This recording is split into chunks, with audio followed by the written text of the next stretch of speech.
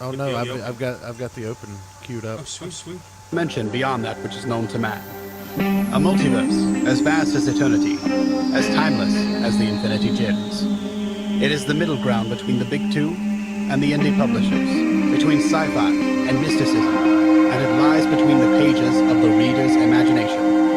At the summit of entertainment, the dimension of comics, where a humble service is held. We call this service the Gospel of Comics.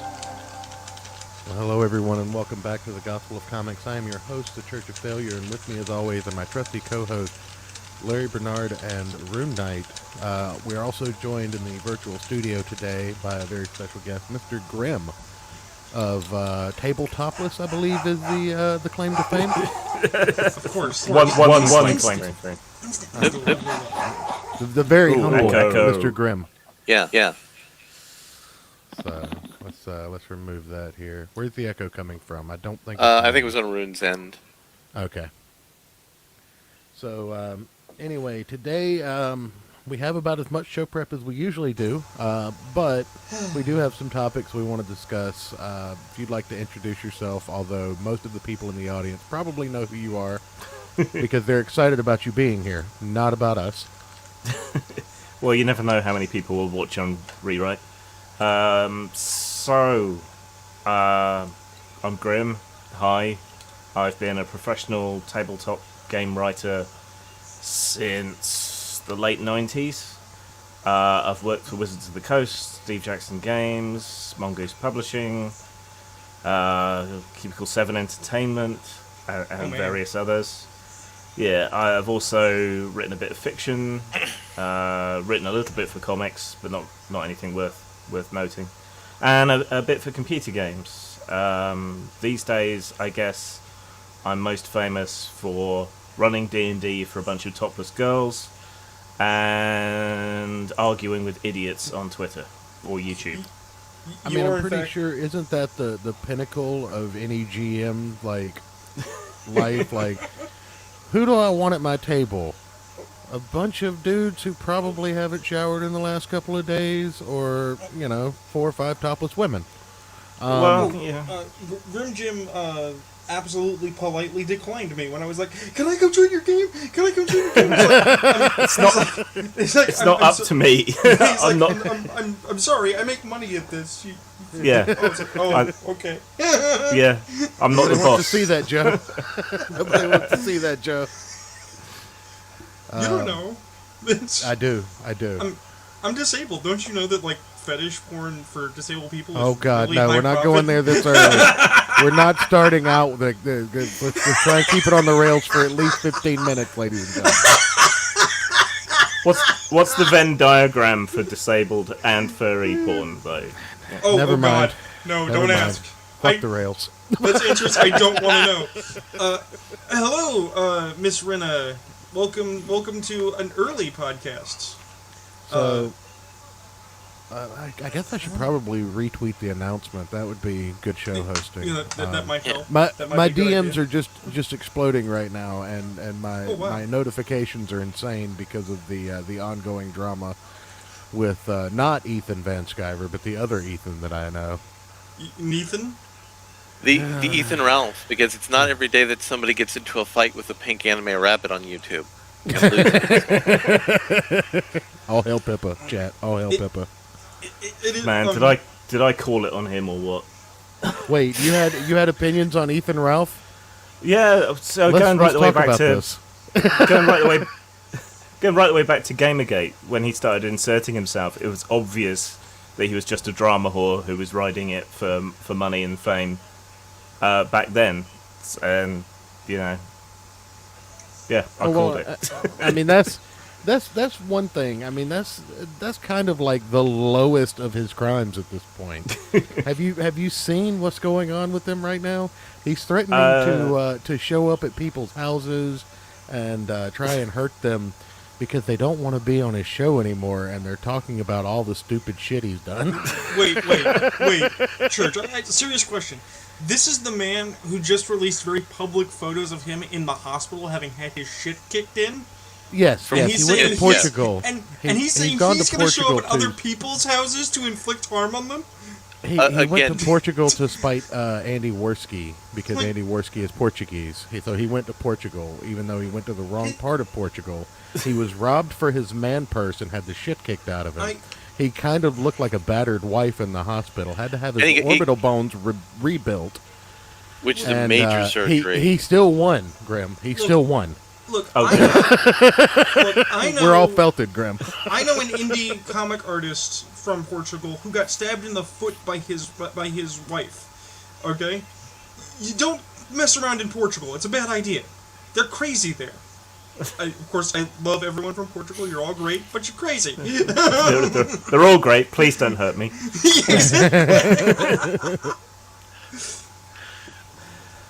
Couldn't happen to a nicer guy. It really couldn't. I he made almost the cardinal got- mistake on the internet. He went after Mr. Medicare. Yeah. You don't go after Daddy Jim. We all know that Daddy Jim is like Ralph says, he is the golden calf of the internet. We all pray to Jim while facing west on our little carpets.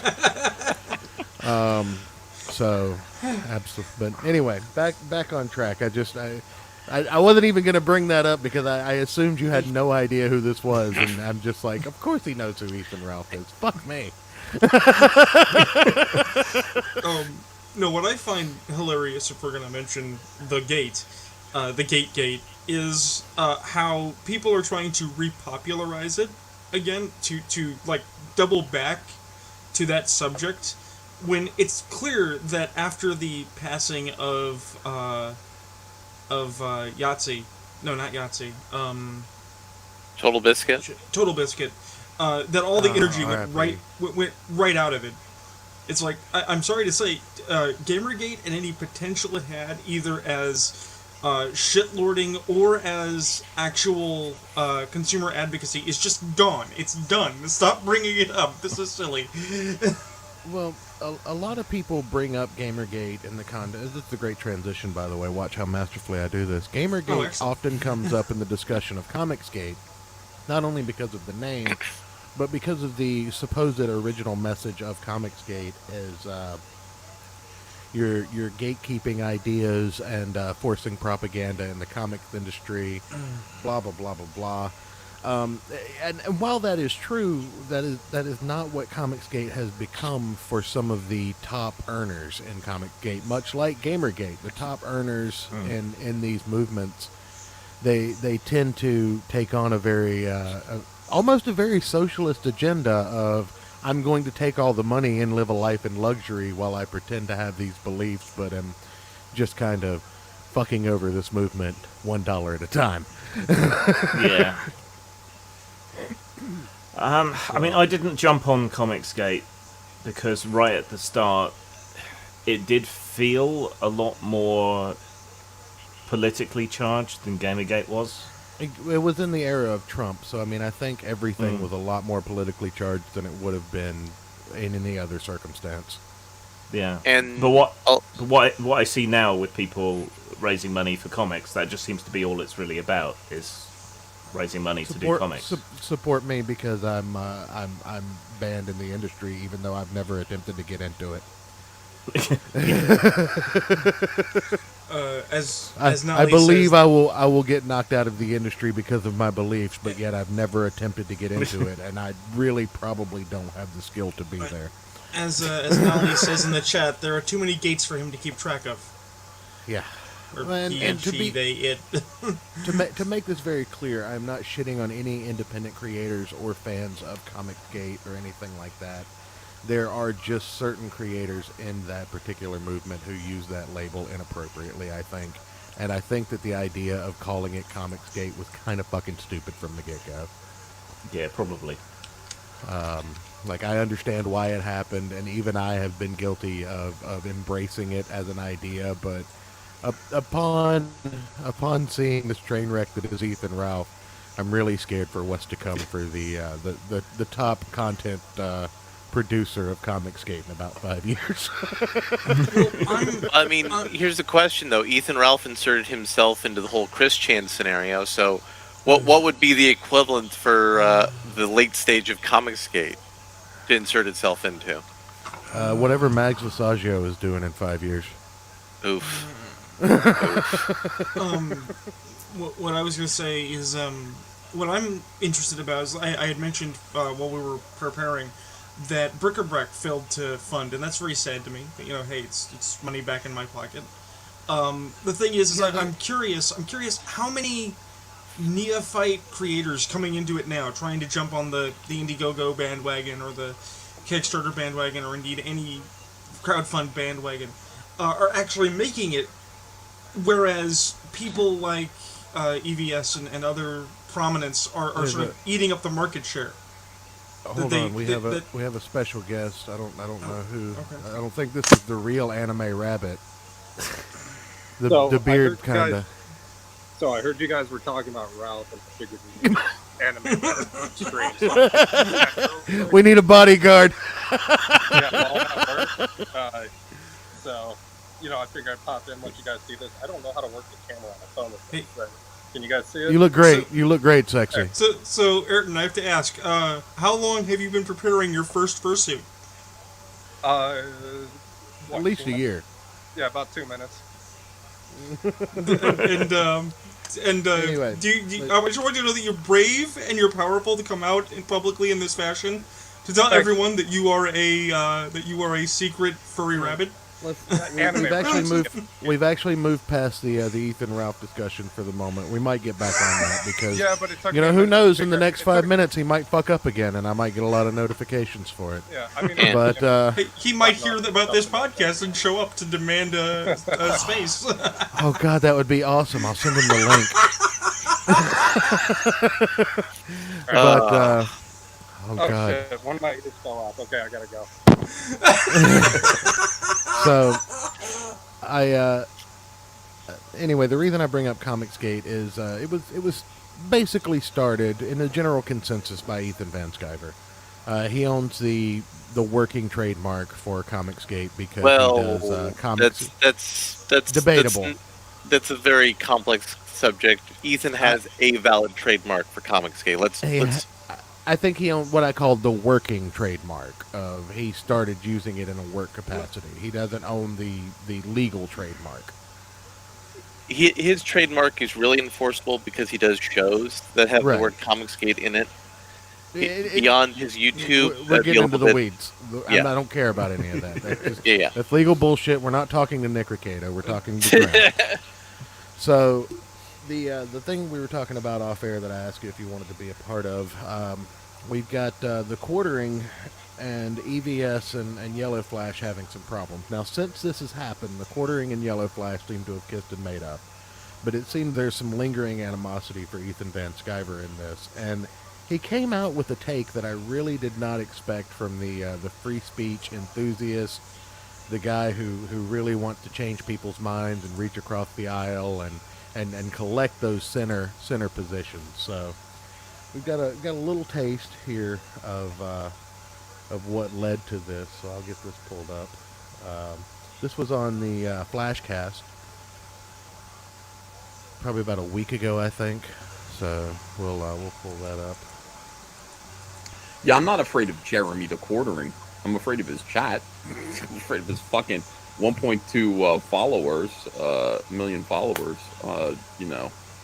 and all that stuff. Oh, hey, Mr. I'm afraid of Strange. losing my channel to them, but not afraid of Jeremy. We can go toe to toe. Sure. Put it on the record. I mean, physically. I'm not afraid of his chat. I'd love to. It'd be fun to talk to Jeremy. And I still like that guy. I don't have a problem with him. Not at all. A few moments later. So Jeremy goes to Gen Con. This was like 2018, I think. Maybe 2018, 2019. And he's drunk, of course. After hours. He's hanging out in front of a bar. And fucking a guy dressed like Judy Garland comes up and goes, "Hey, are you Jeremy Hambley, the quartering?" And Jeremy is just like kind of, drunk. And, if somebody says that to you, you go, "Yeah, hey," and extends his hand like to shake it. Like, "Hey, are you a fan? Are you somebody who watches the show?" And this dude just fucking like does a triple scissor kick, like, all of a sudden, he starts beating the living shit out of Jeremy, who was already, fucked up beyond belief. I mean, just like pounding his head into the pavement, just beating what is it called? Krav Maga. There you go. Now, is this how you guys would talk about someone you really didn't have a problem with? Just a few minutes after leaving a live stream where you said, I don't have a problem with that guy. No, I don't. And I don't think he's talking about it accurately. No, he's not. No. He's being very hyperbolic. That's a very Ethan Van Sciver thing to do. He's very dramatic. He wants to get the most. He wants to get the biggest reaction out of his chat. He's a very good performer. He's a very good showman. Yeah. I can't take that away from him. He's very good at manipulating his audience by the things that he says. So that's the beginning of the situation, right? This came up because, like we discussed, the G4 TV debacle. You're familiar with that, I'm assuming. That obviously, because the chat didn't want to sleep with Frosk, I believe, was the issue. There was a giant spaz out on live television. There were some Yas Queens. There were some go offs, and we ended up with what was really sad, to be honest, in hindsight. Yeah. You want to adjust the sound so we don't have echo? Is it echoing while I'm... Hold on. Yeah. Not for you, it's for us. How about that? Is that better? Yeah, now we're good. Okay, so it's just when I have the... Okay, so it's just when I have the share screen up. Yeah, apparently, Grim, you have a wonderful dubstep voice, according to Nelly. Drop. Anyway, that's what started the entire fiasco, and this is apparently where it ended up. And again, I'd like to give a shout out to the Pause Show. I reached out to Peeg. He said that I was more than welcome to use these clips. So shout out to them. That's the Pause Show over on YouTube. Get them up to 500 subscribers at least, guys. Hey, you got the link, so either Rune or I can post that in the chat. Yeah, here, I'll put it in the private chat. We'll link to this particular stream, and then you guys can figure out what to do with it after that. But I mean, ultimately, Church, this is all prelude to the subject I think you wanted to actually get at, which is the question, value, and debate over the value of gatekeeping. Is that not my platforming? Yes, my platforming. My platforming. So we'll jump into this. Let me get the screen back up, and I'll mute my mic this time. So my perspective. Yep. Go ahead. No, go ahead, Larry. Get it in. My perspective on the whole issue of platforming is second. Because my thing being a little weird. Church. Get rid of this. My sound's being weird now. But my position on platforming is that, starting with games is a great example. When the role-playing games, the board games were being made and invented, developed, it was meant for something that you did with your friends and family. People you know, people you had a relationship with. They've now become these bizarre sort of alien social interactions where you're playing with total strangers, and to some extent you're playing with total strangers you don't know from all over the world. And we're trying to form these communities and networks of people without any actual skin in the game. And gatekeeping is really how we ensure that these relationships are based around having some sort of skin in the game. We are so professional, my God. We are, but anyway, I'll go ahead and play the clip, and then we can discuss it without the shared screen.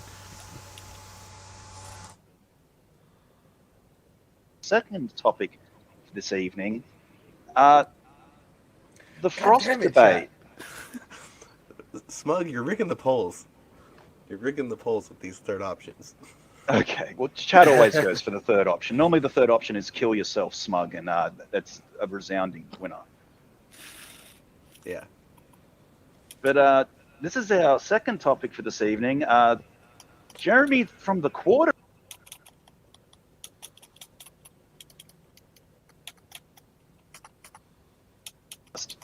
there was some of his comments that really raised one of my fucking eyebrows. Sheila Alien says teeth are an easy fix. Jesus fucking Christ. Savage in the chat. Yeah, that's pretty good. All right. Well, let's just see what Ethan had to say on the Flashcast stream, because I'll be honest here, like that Flashcast stream was a shit show. I think Jeremy the Quartering came out looking pretty bad. I think Ethan, actually, unpopular opinion, I think Ethan came out looking even worse. Oh yeah, he did. Let me show you why. And Yellow Flash. Come on, the Jeremy's mad that words like platforming are being used. She wants to insult your audience. And I'm not so sure you're going to be able to defend them. I'm not sure that you're willing to. But do you think like she would not be able to do that if he didn't have her on his channel? Platforming, that's the word. That's the problem here. Let's not use the word platforming. That's the issue. I mean, like, because SJWs tend to take words and go, well, what does that word mean? We can't use that word. I think his problem is that we're getting into the sort of like, oh, this is irresponsible platforming sort of stuff, which I can definitely understand. It's not about irresponsible. She's going to annihilate the Quartering, and we're all going to learn the same lesson again. It's going to be all over Twitter. That it's going to trend all over Twitter once again. Quartering's fans were called a hate group, and this person got this insult in on the Quartering. What we're trying to do, because there's a whole army of SJWs out there. You know this. They're activists. They're trying to demean and demoralize normal people. And what we're trying to do, what I'm trying to do is create a new place where, people can create, people can put out their comic books, and not have to deal with this. You don't have to apologize. You can ignore these people. In the real world, you cannot ignore these people. But we built this place where you can ignore them. So why don't we do that? Why are we still talking to them? Why are we having a conversation with actual activists? And, I know Geeks and Gamers now hate me for this very same reason. I hated to see that. I hated to see them sort of platform Zack Snyder and have him just call them a hate group right to their faces. And but that was not the situation.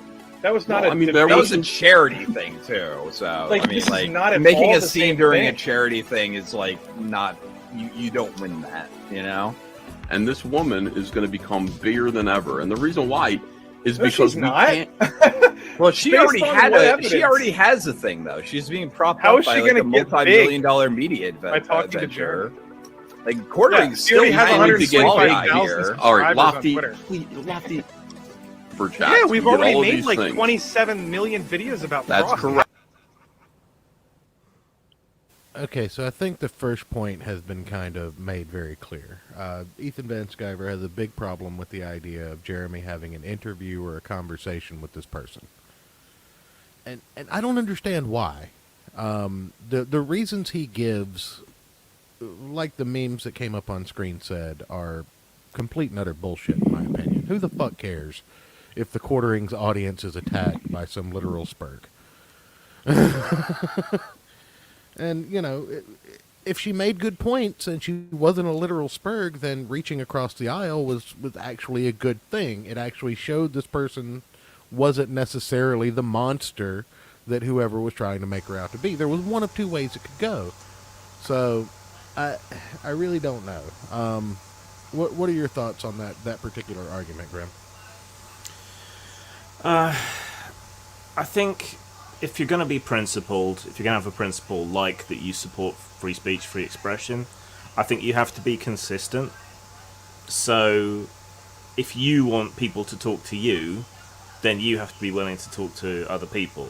So, I mean, I think her offer to come on a show and so on was entirely in bad faith. But absolutely. that doesn't mean that it's not worth doing. Well, there's an argument that Jeremy was making it up for clicks. And you know what? I can believe that too. Because Jeremy is a very intelligent social media manager. And, my channel hasn't been doing so great these last couple of days. I haven't had very much growth. What can I do to spark up rage? Absolutely fake an interview. Well, and then get into it, shit-faced drunk on the Flashcast about it, and there's your clicks.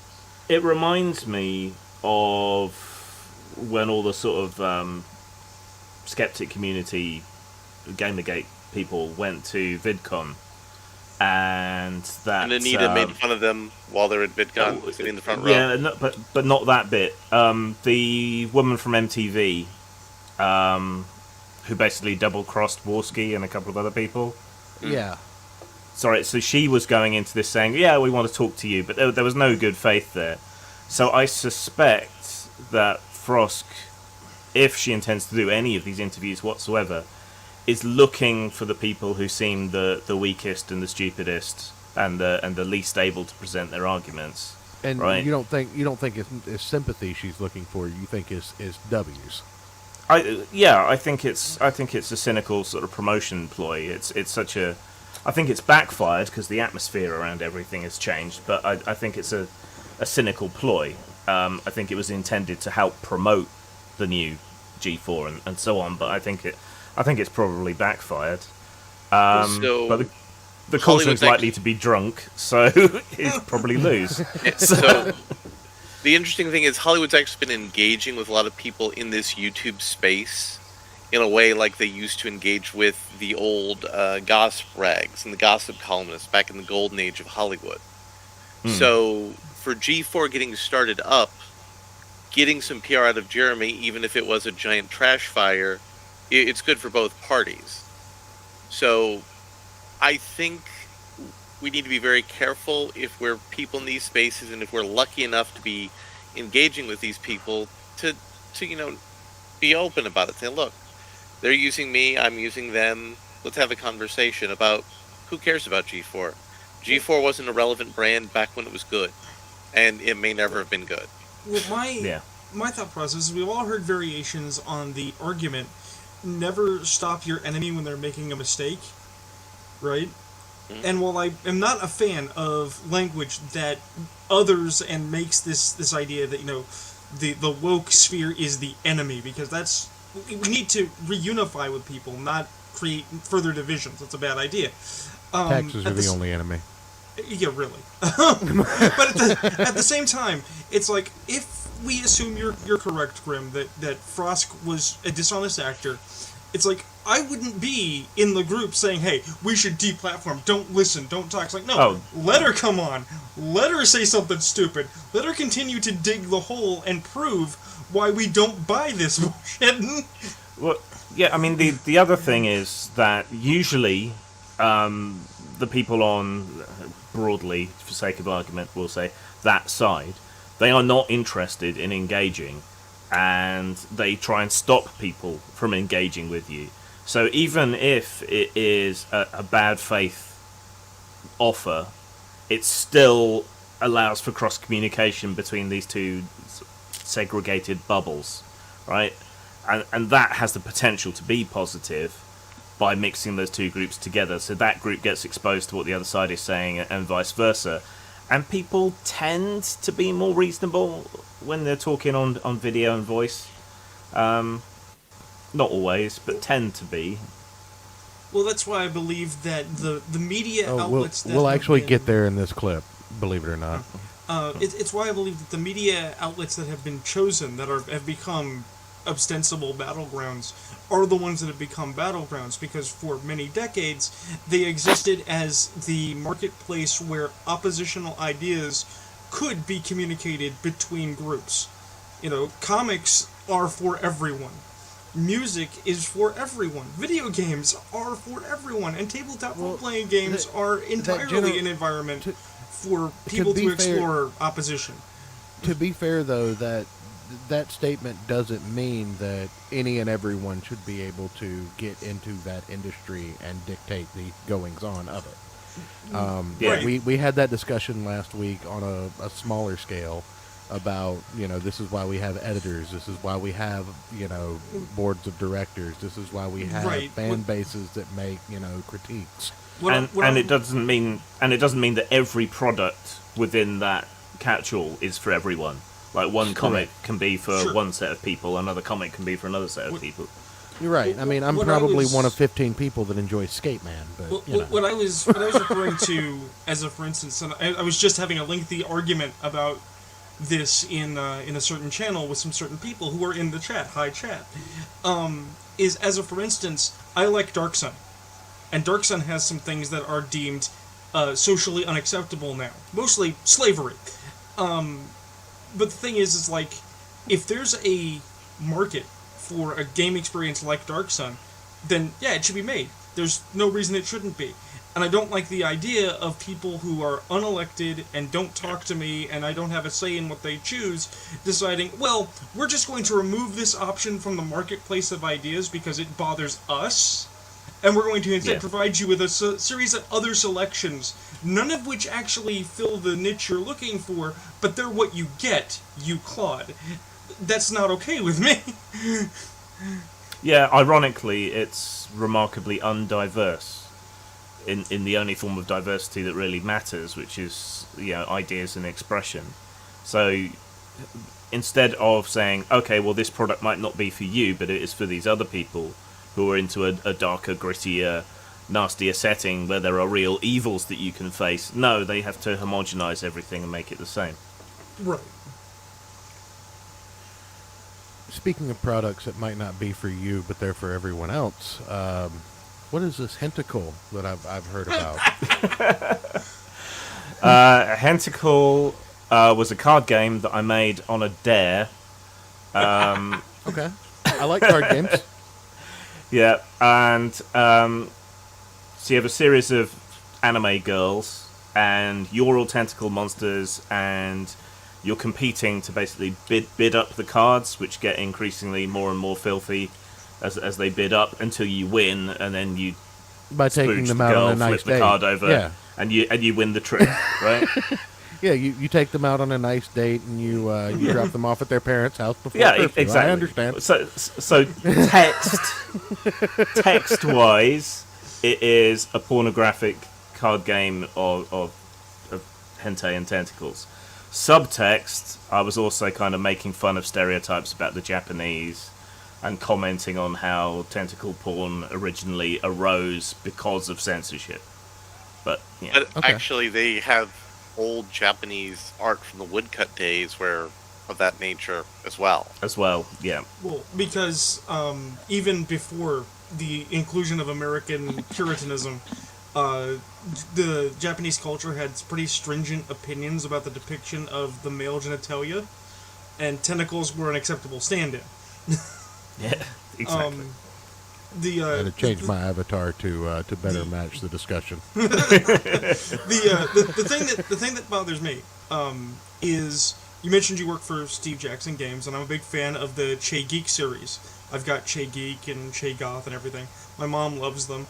So we'll play card games together, and it's like, what's the primary goal of Che Geek? Well, you're a nerd, and you're trying to make money and get laid. That's it. That's all there is. And it's fun. And the same people that would frown about a tentacle game are the same people who, when I was going to community college, were really amused by a drink called Tentacle Grape. Yeah. And now that they're 30-year-olds, they're like, oh, we can't approve of that. It's like, what, are you embarrassed by who you used to be? Because that's who you are, you know? Yeah. Did you have a sense of humor and endectomy, or what? Yeah. Well, getting back to the main topic, I think that generally the idea of gatekeeping platforming in safe spaces are stupid, because I'm a real person and I go to work, 5 days a week, 8 to 5. I get my lunch break and I get my smoke breaks, and there's another one, Larry, if you can. Okay. But they're multiplying quickly. We actually have a guest on who has a following. God, 2 in a row. Oh man, they are multiplying. The Borg. I didn't know your fan base was the Borg, Grim. I've made apparently. Mistake. Yeah. Well, one of them was going with the Russian bot theme, which is impressive. No, leave that one. They got Trump elected. Yeah, leave that when they help get Trump elected. I owe them. But Anyway, no, I think that platforming and a safe space and all of that good shit, I think that's incredibly homosexual and not in the I like people of the, synonymous gender as me, but in the sense of you take it as an insult.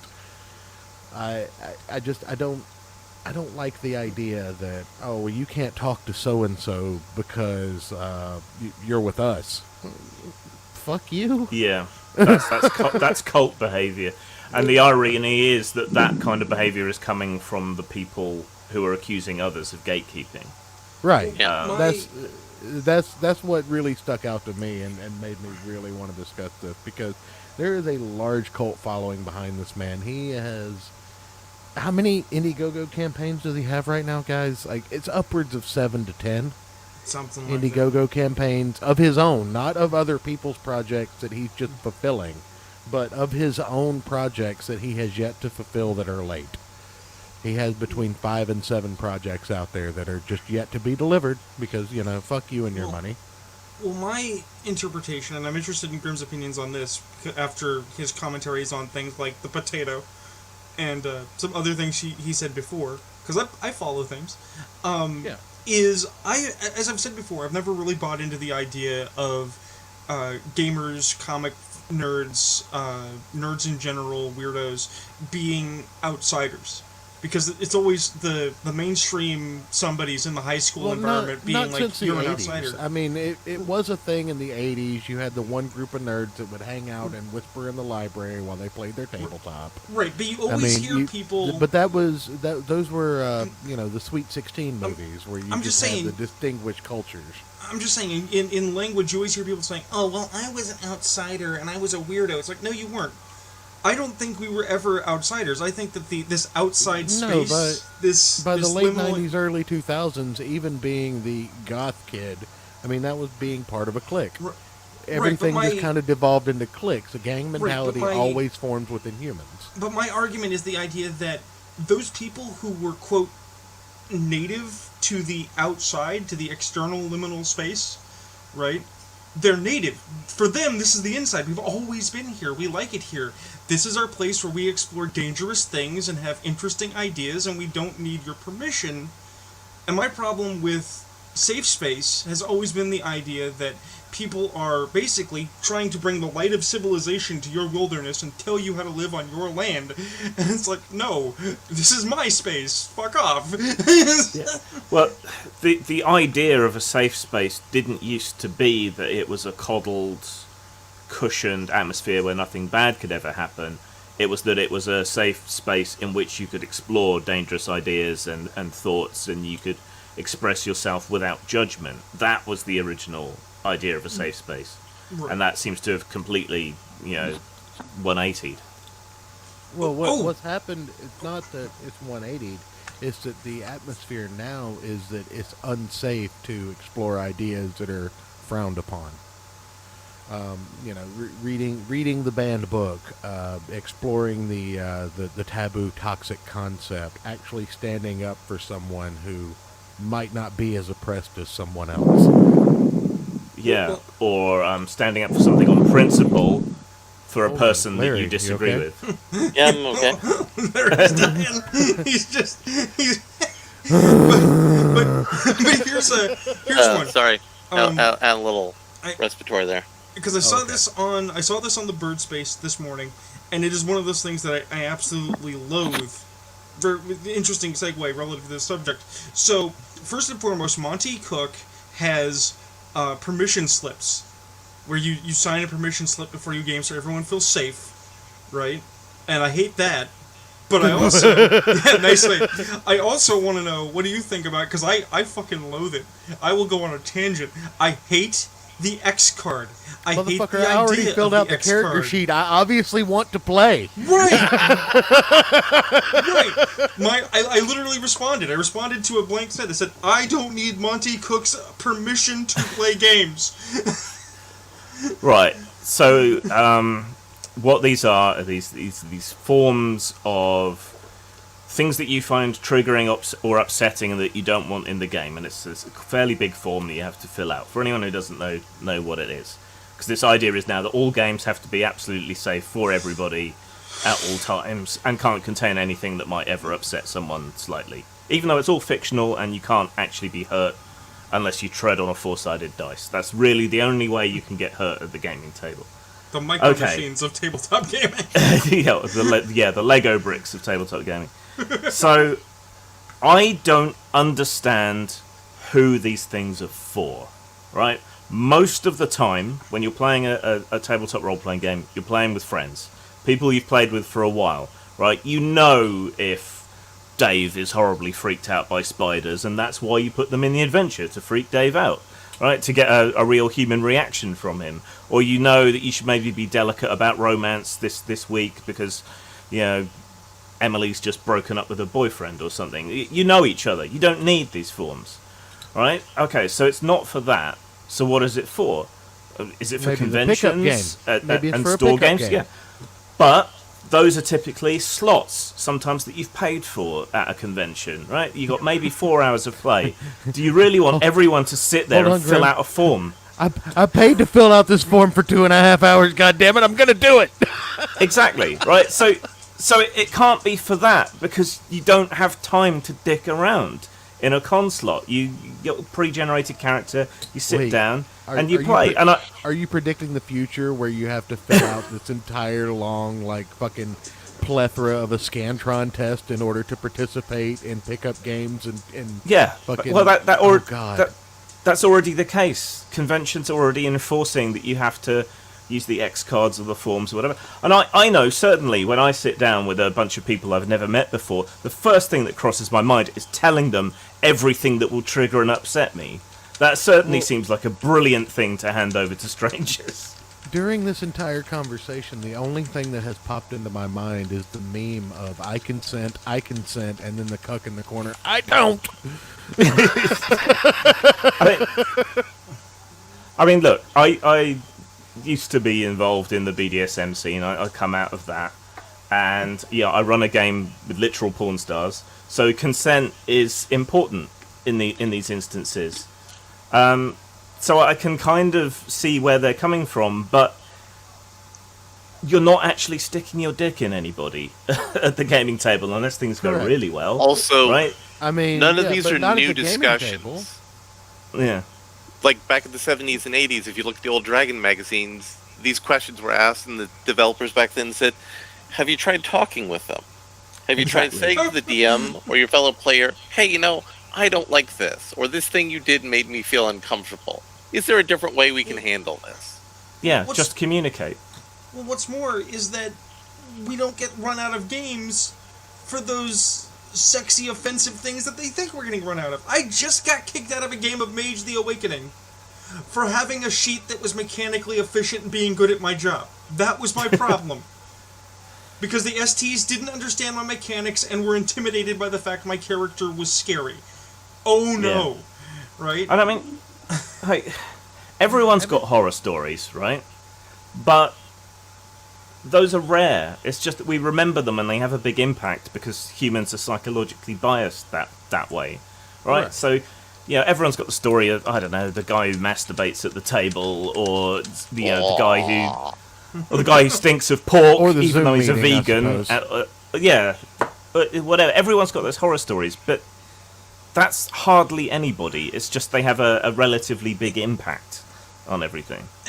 And this is compounded by, again, the disingenuous nature of the people who are looking for safe spaces. Quick story, very quick. Friend of mine and I, who's a former UN secretary, okay, we're in a game, having fun. His character lied to another character, and in text, you know, in a Discord with typing, touched that character's shoulder, right? As if to, you know, put an arm around him, be like, yes, come this way, talk with me, we're going to have evil schemes. That player flipped the fuck out, went to administration, said this person was changing my backstory, and I was physically assaulted and felt raped. And it's like, what the fuck are you talking about? That's my purse! I don't know you! Their text touched your text. Periods and commas interconnecting. No one actually exchanged fluids. What the hell? Yeah, it's an absurd overreaction, and I I have to think a lot of it is just performative. It's just to kind of establish cred of some weird kind, I think. And these things don't even work, right? Right. So there was the Far Verona controversy where Adam Koebel, who wrote Dungeon World, I think, he was running this game online. He was using the X card behind the scenes. It was a live streamed game. And there was this very weird and uncomfortable kind of robot implied sexual attraction scene that everyone was fine with during the show, didn't, bring up the X card or say anything to him like a normal human being would. But then afterwards, everything blew up. And even though he was using safety tools, he got dicked over. And then there was the UK Games Expo issue where people just decided off their own back that their characters had been anally raped because of the way the guy running the game had described some things. There was definitely some leeway in how you could understand that. And he got thrown out and banned because someone else decided that something bad had happened to their character. So they don't work. I don't know who they're for. I think they just kind of exist to establish cred and to be used as a sort of papal indulgence, really. Look what a good person I am. I use these optional safety tools for something that's inherently safe. And these activists who are working for multi-billion-dollar brands are making very low wages. They're in feelings where they feel culturally and politically oppressed, and this is their way to try to exercise some sort of power over the world, which inevitably is why it leads to conflict. And certainly for older gamers like me, games have always been open to anybody who wanted to play. We were almost too evangelical about them and wanting people to come and play. The idea that we're all this bunch of exclusionary racists and whatever else is just sheer nonsense. It's just nobody wanted to play before. My wife, Mrs. Church, has oft told me that any time that she has shown any interest, any interest in a quote-unquote nerd hobby, like playing Magic the Gathering, playing Dungeons and Dragons, any kind of extracurricular that is deemed dorky, she has been welcomed with open arms and enthusiasm because these guys don't want to scare away the only fucking girl that talks to them 9 times out of 10. I mean, some of the horror stories I've heard online, I'm reading them and I'm thinking, well, these guys are falling over themselves to try and get you interested and help you play the game and get you set up and so on. There's a lot of miladying going on, and you've interpreted that massively negatively for some reason. Well, miladying I can see being annoying, but it's not offensive. It is, this is not the kind of attention that I want. And all you have to do is say that, like, dude, stop trying so hard. I'm not going to fuck any of you, but I want to play this game. And they're still not going to kick you out. Well, the thing I notice is a lot of the horror stories I think might actually be fake. Like, I have stringent questions about their reality, because I cannot imagine a scenario where it's like, we were GM'd by this horrible person for 1.5 years, and he just abused us the entire time, and we couldn't leave. It's like, he wouldn't GM until I showed him my titties. Right. Like, what the fuck? But on the other end of the spectrum, having been a official storyteller in the White Wolf fan club at a given time, I can say that you absolutely run into this horse-to-water situation many, many times, where a player's there, and they want to participate, supposedly, and they say they want to participate, and it's like, okay, come to game. Here's a character, let's go. And they're like, okay, now what? It's like, you're a character, go do something. It's like, but now what? It's like, what do you mean? Because apparently it has become oppressive, socially, to have an expectation of standards. What's the standard? I expect you to read the book. But it's 400, 500 pages. You don't have to read all of it, you have to read some of it. It's like, well, okay, what else? I expect you to have a character sheet and know what's on it and what it does. It's like, but that's a bunch of math. It's like, if you're not going to participate to the bare minimum of requirements, why the fuck are you here? And the unfortunate answer, though no one has ever said it to my face, is I actually think there's a lot of people who think the goal is to come to game and be pretty, or be recognized as being present, or win the social sphere outside of game. And it's like, no, come play the goddamn game. And yeah, I I was a storyteller in the Vampire LARP Society for like 10 years, I think. And yeah, there was certainly a lot of that going on. The out of character politics were way worse than the in character politics. I will say, I know people who've told me these stories, and I know these people to be people of veracity and honor that these things happen to them. I know far more people who say, I've never seen anything like that at a table I have played at. And I've seen people who've had experiences that show me that there's vague, very broad differences. I think some of this is a manifestation of how much self-segregation, which the division and tribalism and polarization we're all going through on the internet horror show that is the current year, is all coming from. Like, it's all been going on a very long enough trend line. Well, go ahead, Ren. I was going to say, very, very briefly, I think it actually goes back to something we started at when we were talking about Quarterling and EVS, and the Frost situation, is clicks. I think that there is an impetus to find or create stories of horror. Rage bait is absolutely a reasoning for this behavior, but I don't think it's the impetus for it. I think that it's a side effect almost. Because it's almost like a Pavlovian thing where, okay, the last time I made a bunch of people upset, they all clicked on my shit just to hate watch it, and I made a lot more ad money, and I got a lot more super chat trying to insult me. So this week hasn't been so great. What if I did that again? I will admit, but I don't hate watching, necessarily. I will admit, hate watching is the only reason to watch Taking 20. Well,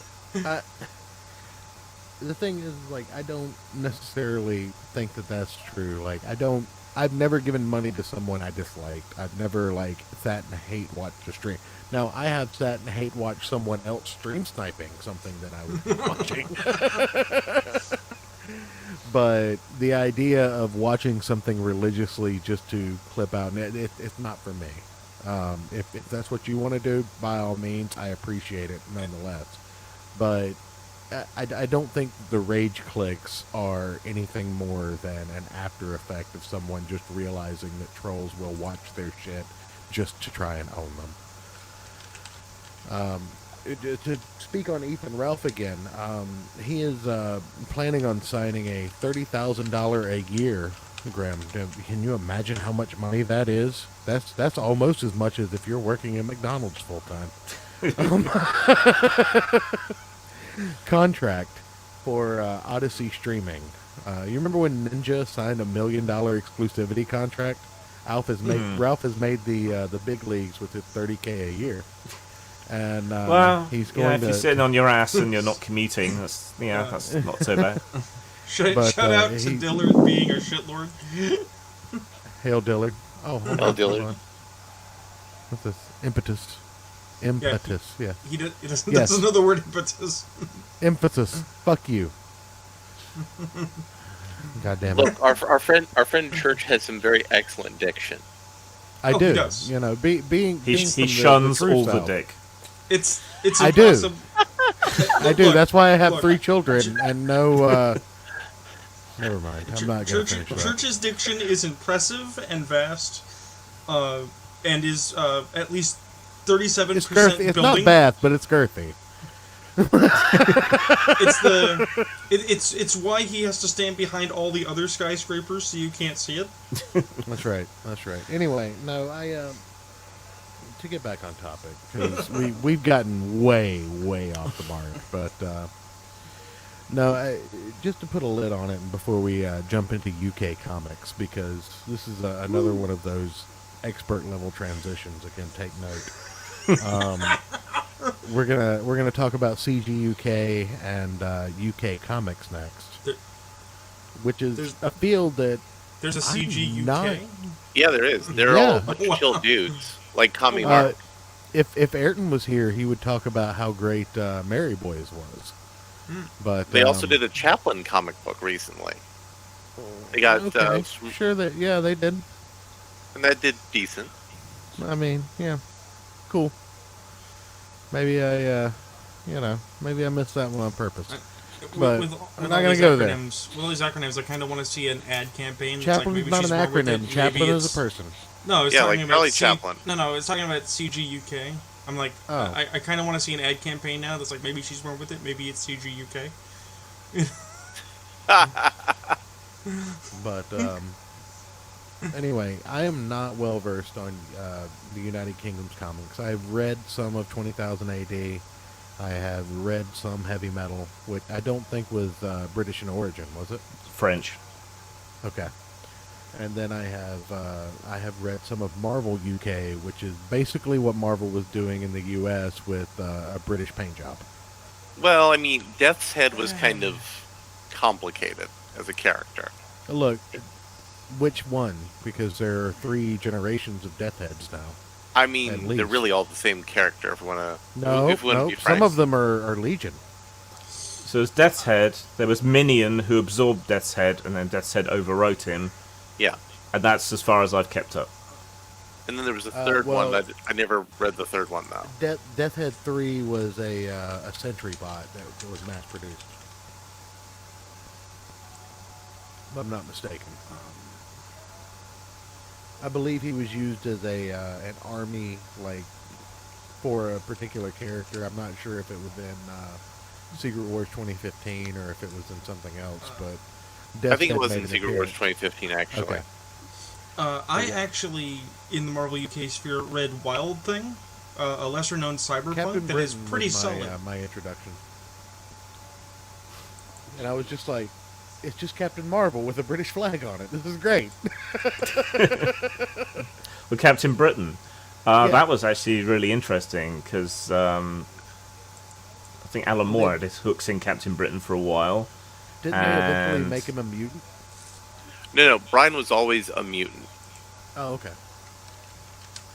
It got really weird. It got really weird and very British for a while there. Well, I knew he was Psylocke's brother, but I thought he was a human that had some kind of weird science experiment thing at the beginning. No. And was retconned into a mutant. His mutant powers were activated by his exposure to magic from the other world. Okay. So, but anyway, that's about the extent of my UK comics knowledge is CG UK and Marvel UK. So please regale me with because I can take you all the way back to 1930s in American comics because we won the war and that's all that matters to me. But well, there were early comic strips in newspapers, which were basically the same as the funnies, I guess. We didn't really have a comics industry except sort of very much kids comics, like Beano and Dandy and stuff. Very childish sort of fare. You also joined the Menace. Well, real quick to interrupt with the Yellow Kid was one of the original news strip comics, correct? Or was that American? But that's an American one. I thought that the Yellow Kid was based on something from the UK and France and the European newspapers. It's not ringing a bell. I mean, in wartime we did have some more serious comics in newspapers, like Garth, and sometimes a bit more titillating stuff as well. Things were a bit more open back then. I'll do the Ayrton job while you're talking. But we didn't really get what you might recognize as a comic book industry until later, and that was mostly because American comics were being used as packing material in sending goods over to Britain post-war. So a lot of American comics and funny papers and so on would turn up, in crates of goods and whatever coming into post-war Britain. So a lot of the kids that grew up reading that kind of stuff, like Alan Moore in particular, then took that more teen, young adult oriented sort of idea and started making their own comics. There was a massive underground scene for comics in the 1960s. And then in the 70s that began to be more commercialized.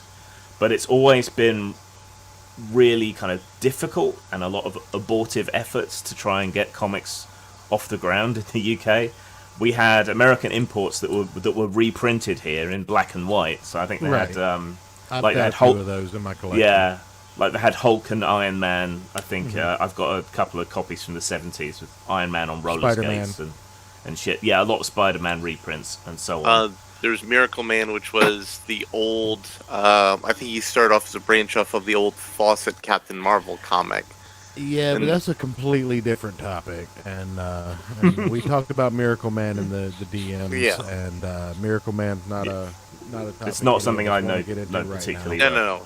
But that was also part of the black and white reprint situation. My man might have another 45 minutes to an hour. It's just 1 o'clock his time over there in the UK. Yeah, have some mercy. So war comics were always big over here. So lots of wartime actors, like Battle was one of the comics. Did you guys have Weird War Tales? Battle was an anthology, correct? Yeah, Battle was an anthology comics. Yeah, most of our comics are anthology comics, and always have been. Like That's V for what Vendetta was new and different about. V for Vendetta for us wasn't an anthology, but anyway, moving on. No, but it was in an anthology comic for a while, but that comic didn't last long. Yeah. Almost all of our comics have been anthology comics. So 2000 AD is the most famous one, right? Yeah. And that's been going since 70. Well, that's because 76. we got Stallone Judge Dredd back in the 90s. Yeah, so the reprints kind of reversed there. So a lot of Judge Dredd stories were collected and then reprinted for the States, but Dredd was always an episodic part of the anthology. Yeah, right. We actually talked about that real quick. RuneKnight suggested it and didn't take into consideration that the first 6 appearances of Judge Dredd accumulated to about 30 pages. Yeah, we were planning to put together the volumes, and I'm like, oh, I've got this. We didn't have I to go suggested look for it. Case Books #1, and Rune was like, no, this is it. Yeah, I've got it. And I just give them the 6 episodes, the 6 little progs from 2080 for and Judge Dredd. My main review of it is like, for me as an American, reading those 6 episodic 5-page tales, there's no substance there for me, because I don't get the joke on face value. Now, when Rune said that it was created kind of as a joke to how fascistic the U.S. police were at the time, because it took me a minute to realize that this was right around the same time as Rodney King shit was going on. And, yeah, I mean, the police were first being viewed in the lens of a fascistic military type collaborative in the U.S. Even before that, I mean, one of the main influences on Judge Dredd when it first started out was Clint Eastwood. Dirty Harry sort of thing. That was a part of it. I specifically mentioned Dirty Harry in the discussion. Also, go ahead and make my day. And does 50 bullets in your ass make your day, motherfucker? Also, and feel free to jump down my thread if you want to, Grim. But I would say another influence on Dredd's development would be UK opinions and perspectives on their own society and its increasing militarization of the police force as observant state. Because you can't really go many places without being under a camera or having a cop observing you anywhere.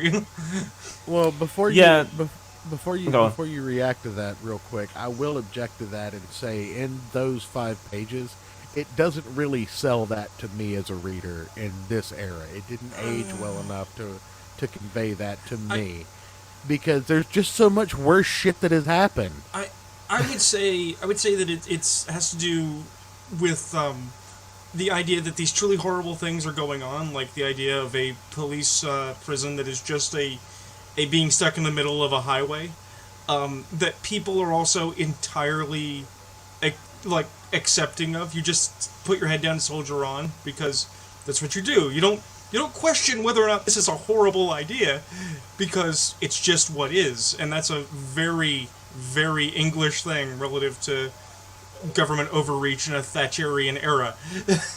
Yeah, there's always been a satirical edge to British comics as a whole, and certainly 2000 AD in particular, as was. I think they've lost some of that edge in more recent times.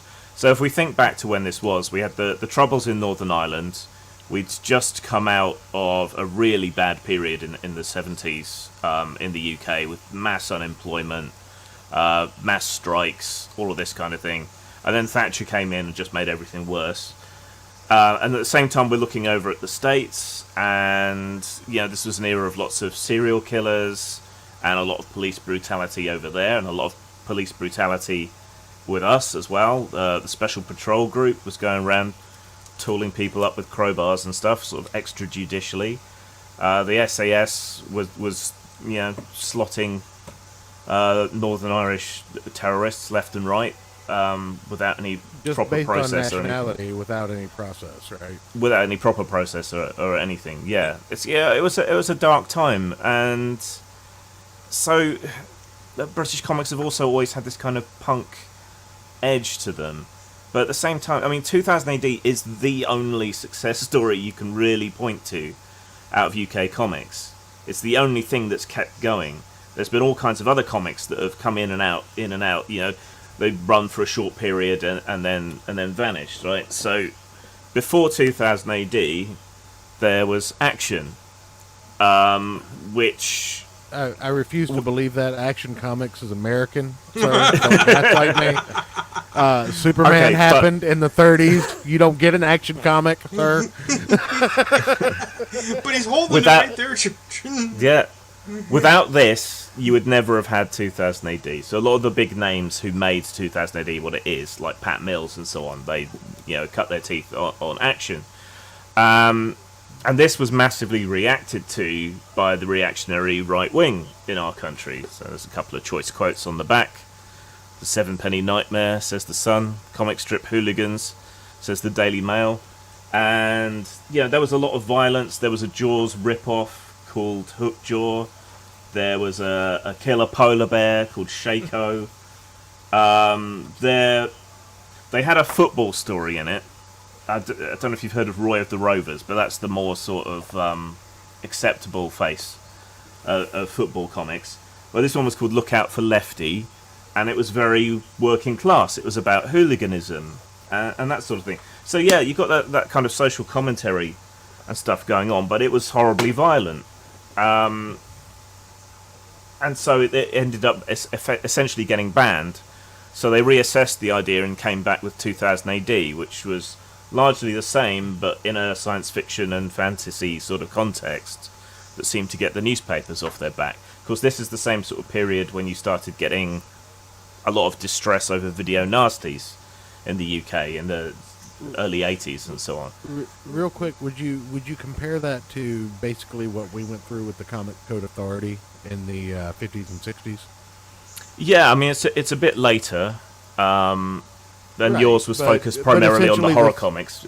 Yeah, right. Essentially the same thing. Think of the children. Moral panic. Fuck the children. Not literally, though. That's rude. That's lolicon. We don't want anything to do with that. Which I actually find really weird as far as the publishing industry goes, because America's publishing industry extremely congested, extremely constipated for the market of ideas and the ability to get your work out there if you're unknown. But going all the way back to the 70s and TSR, the English publishing industry has always been kind of a bastion of, if you can get it sold international, they'll print it and they'll give you market space. And, you might live or die on market woes, but at least they're open to exotic ideas for a country that is stated as being extremely conservative and not very open to extreme content. Well, that is relatively modern, though. That change in attitude. Like Lady Chatterley's Lover was banned until the 60s. Yeah, and there were other things like the Oz Trial and so on. These are all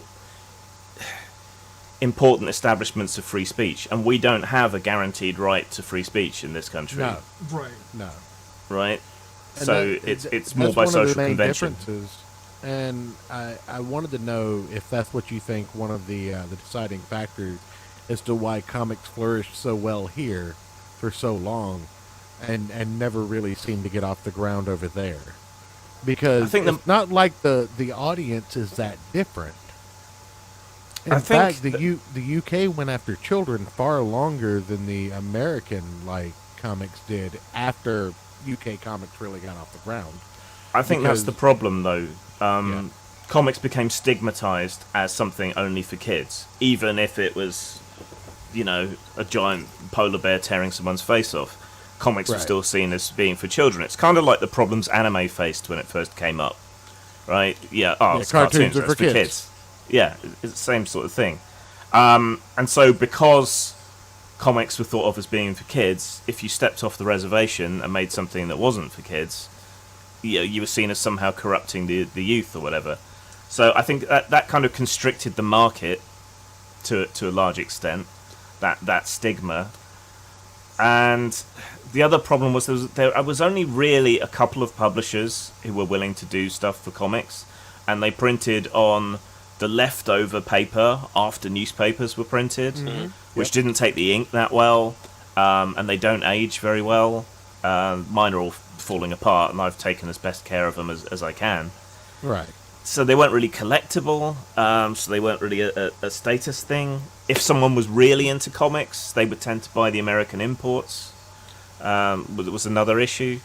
And I think British comics have more in common with Euro comics, like Metal Hurlant, heavy metal, things like that. That kind of anthology, slightly more adult, but we're also a bit more cheeky and not quite as up ourselves as the French and the Belgians and so on are. But it seems like the impetus isn't on storytelling as much as it is just having something that you can ingest in 5 minutes on a commute or in the toilet. It's not really something that you have to follow week to week to enjoy. Yeah, you don't have to. I mean, that has its plus sides and its downsides. But to its credit, 2000 AD did change over time.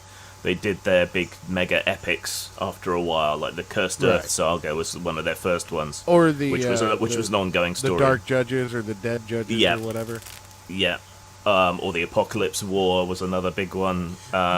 Which is funny because in casual conversation, I tell people that it's like, who do you not like, Joe? It's like, I don't like Grant Morrison.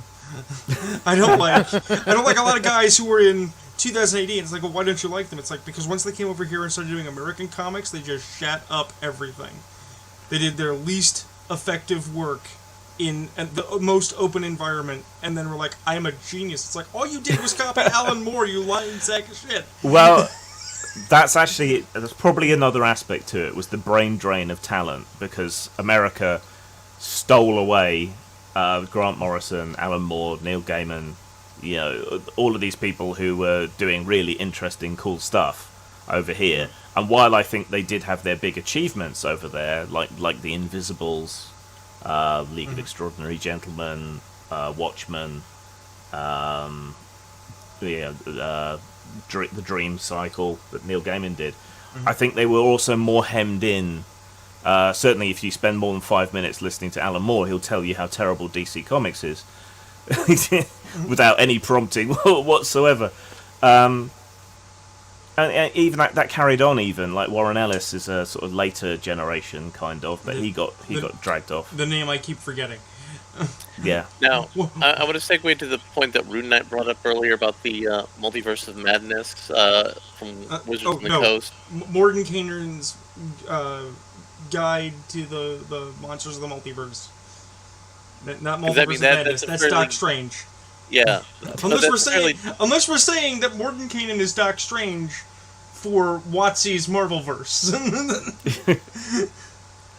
But I mean, that's probably a fairly dense point. Since Church needed to take a step out, let's segue into there. 30 player races, Grim. What do you think? So let me. As you're preparing yourself, my opinion is that it's largely because WotC has put together that they're not going to be able to convince us to buy the Player's Handbook, Monster Manual, and DMG all over again. Like they toyed with it conceptually and went, oh, that's not going to work. So they instead have tried to condense a Monster Manual and a Player's Handbook together to re-release for It's like, here's new races, 90% of which will be reprints of shit you've already seen. Yeah. Right.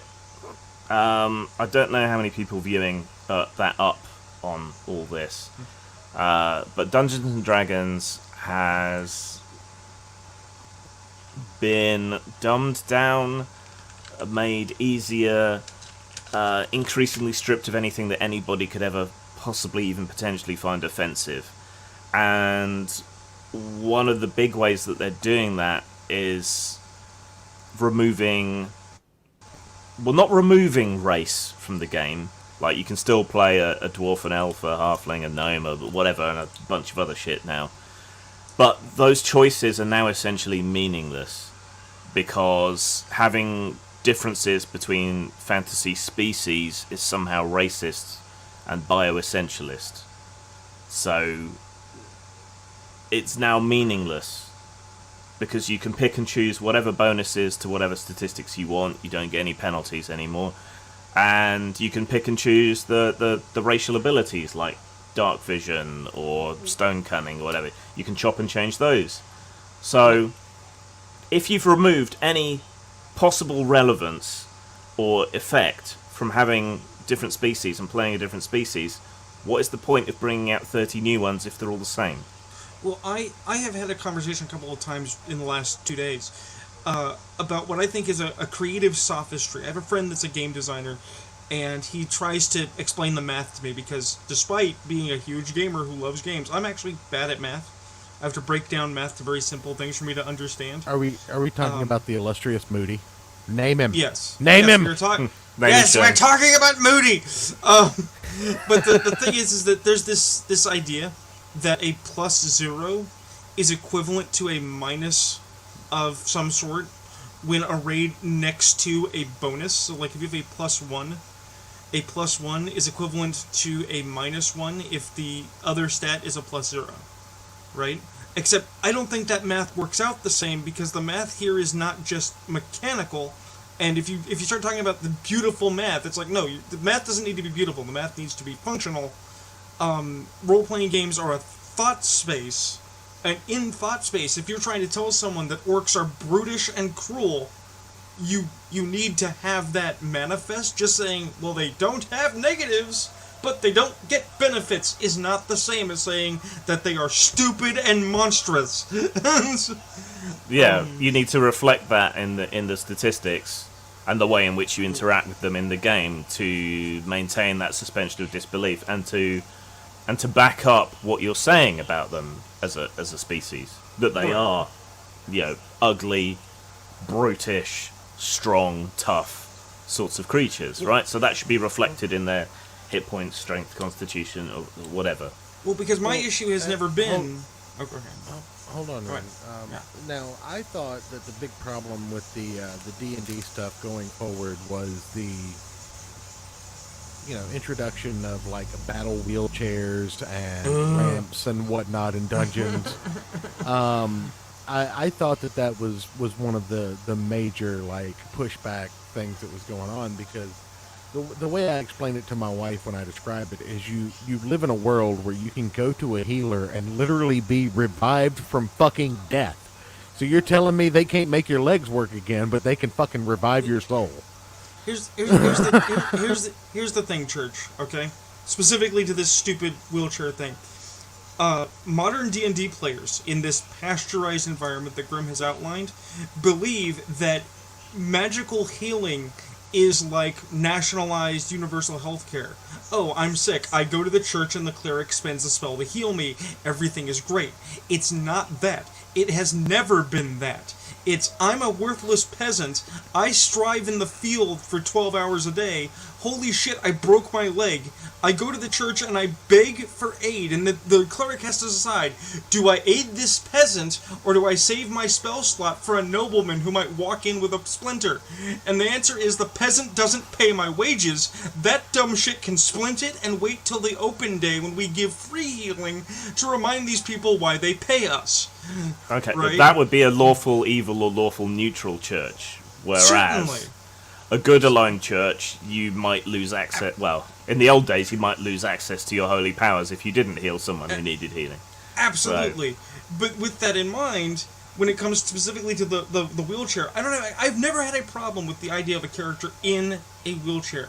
I've always had a problem with the idea that the combat wheelchair isn't just making you equivalent to another adventurer, and it's a magic item you can just start with, but that it exceeds fundamental baseline ability of another adventurer. It's actually disabled supremacy, and you're not allowed to attack it. They've edited it so now a critical hit will damage it, but that's optional, right? And you know, it has all of these other abilities, and I've always said that it's taking away my agency, because I am a disabled person, and as a disabled person, I generally don't want to play a disabled person, but if I did, I want the roleplay experience of like, oh shit, my magical power wheelchair is destroyed. How am I going to get back to civilization? Well, I better drag myself hand over hand through this wilderness like Leonardo DiCaprio in The Revenant and kill a bear with my teeth, because guess what? I'm not going to get back there magically with hoping and... No, you don't kill the bear, you assert your dominance over it. And you ride the bear to victory, clearly. Right. And so, that becomes your wheelchair. Right. I'm also disabled in invisible illnesses, right? They happen. Yeah. But I find this whole attitude disgustingly, offensively patronizing. Right. If I'm going to play a disabled character in a game, then that disability should mean something and have impact in the game in exactly the same way as the orc's stupidity and toughness and strength should have impact in the game and should be reflected. So if I'm going to play someone who is disabled in the game, then I should have problems with stairs. Right? I'm not really built for a life of adventuring, so what I can actually do is going to be limited. I'm going to have to make meaningful choices around that disability, if the disability even makes sense within the setting, which, as we've covered with the magic, it may or may not. Right? But they want to be disabled, but to have it just be like a mask, like a skin, the same as their racial choices now in the game. That doesn't really do anything or mean anything. The descriptor, the descriptor that I've always used, going back to comics for just a second, is racing stripe. Because when you start telling me that like Thor is now a woman because Thor is a title and anyone can hold the hammer and be Thor and they're the real Thor, not just someone else with the hammer, that's saying that the powers of Thor are a racing stripe. When you have multiple Iron Men, you're saying Iron Man is a racing stripe, and I'm Team Ironheart, you know. Well, multiple Iron Men is a thing that could happen. Tony Stark could build an army. Right. Yeah. But multiple Thors isn't a thing because Odin only had one fucking kid named Thor, goddammit. Right. And with that in mind, it's like, oh well, now you too can have the disabled racing stripe, and it's like, no. Well, the you started this, Rune, but the thing with Thor is the powers of Thor is what the hammers grant you. Storm held the hammer. She didn't become Thor. She gained the powers of Thor. That's the thing. Jane Foster was never Thor. Jane Foster had the powers of Thor. Now, if they wanted to have a female but then again, Thor that could be the way that. Pardon me. If they want to have a female Thor storyline, the way that Marvel keeps their. Go ahead, George. Again. I think that the reason that Marvel does it that way is that they can keep a copyright on a legacy called Thor that encompasses multiple characters, because that supersedes the idea of the Viking god Thor. Right. I mean, that's an aspect of it, certainly, the IP legal stuff. But if they wanted to actually tell a story about Thor as a female, in the actual sagas, Thor had to cross-dress to regain his hammer, and it was both a figurative and, to a certain extent, literal metaphor about Thor being emasculated and going through that. Do you want to hear my pitch on how I would have done it? I would love to hear your pitch. Okay. So if you're going to do this kind of story, right, I think we already have a setup for it. Because way back when, Thor used to share a body with someone else, right? He'd been sent down Donald to... Blake. Yeah, he'd been sent down to Earth to share that body, to learn a bit of humility and so on by Odin. So you just have him for broadly the same reasons, to learn a bit of humility, learn how the other half lives and so on, be made to share a body with Jane Foster or whoever. So you have Jane Foster walking around with Thor's consciousness, internal conversations and so on, and then changing, and then they gradually sort of, Thor becomes a bit more new man or whatever, and then eventually they get re-separated. That would be interesting. That would be an interaction between the masculine and the feminine, rather than what we got, which was a bunch of Brad Femme agit props spewed out the mouth a bunch of a character. unsolicited opinions on Israel. Well, we're met with the problem though that DC's already done that better with a magical character. I believe Mr. E. If I'm not, no, who was it? Who was it that was a man and a woman simultaneously in the magical Constantine sector of DC? No idea. No, I know who you're talking about, but I don't remember the name of the actual character. I know it exactly. wasn't Mr. E, though. Mr. E turned out to be the heel of that particular storyline. Yeah. But anyway, DC has done this better in the Constantine verse, and I don't know that Thor needs that, because the Viking culture and where Thor comes from is kind of inherently misogynist. No. No, it wasn't actually. God, no. No. They let I'm women run things. No. I'm talking about in the Viking comic, like Thor Marvel universe area. Not in like Viking mythology, but in the Marvel version of it. All the women were beautiful, all the men were strong. That was their whole gimmick. Because having Thor learn humility that way would be a very woke way of doing it, and it would be interesting, but I don't think it would sell any better. If you're going to do that story, I think that's a better way to do it. That's the way to do it. Yeah, absolutely. Yeah. Well, you could even have, if you wanted to play around a bit and do some silly, because Marvel loves their silly. You have Thor trying to deal with this sudden life change, right? And instead of being an antagonist, you have Loki showing up and basically razzing him, because Loki has a long and storied history of swapping genders whenever he feels like it. So Thor is like, oh god, I can't handle being a woman. And Loki's like, what's wrong, Thor? Got a problem? Are you not man enough to be a... That would be good. That would be good. That actually would be like, that'd be your cover image. Is Loki staring at this blonde woman saying, what's the matter, Thor? Are you not man enough to be a real woman? Like, I would read that just out of curiosity to see if it was any good. But it's the like idea the of Jane Foster being cancer-ridden and being worthy of the power of Thor, like, I just don't see it. And that brings us back to where we started on this, which is disability in role-playing games. Yeah, I think that the wheelchair is a racing stripe, and I think that by proxy it ruins opportunities for not only interesting stories about actual disability, but it also uses an idea. Because if you were to tell me that there is a magical throne, and literally my high-level wizard can just be like in his pimp throne with his staff and his pointy hat, just floating around in me like, sup bitches, I'm down with that.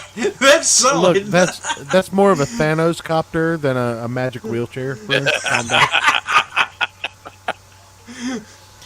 But the other aspect to that is you're not allowed to criticize it, and it doesn't seem to matter where your criticism is coming from. Like, I'm criticizing it, not that this should matter, but from a position of disability, and finding it offensive and badly done as a disabled person. But magically my disabled status doesn't mean anything. Well, no, it actually does mean something. It makes you an Uncle Tom of the disabled. Well, it's actually worse, because, as you say, Grim, your disabilities are the invisible disabilities, which means people believe they don't exist, that you've selected to be disabled.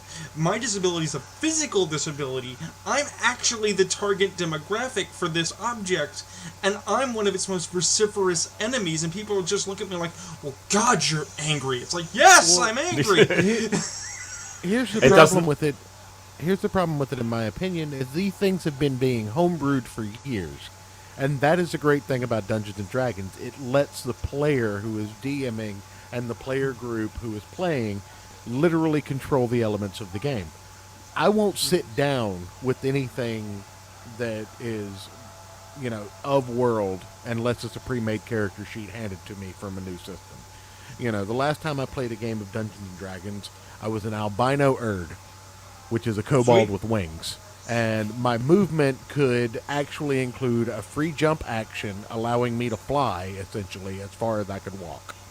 So I could land on someone and monk the fuck out of them. Sweet. But that's what I play. And the same thing goes is I used to play with a kid named Jarrell, who was, not to dox him, but he was very, very crippled from the waist down. And he used to stand up crutches as opposed to a wheelchair. When he wanted to play D&D, did he gain his disability when Krypton exploded? Yes. Not Jor-El. It was an African American kid. He was born with cerebral palsy and couldn't walk.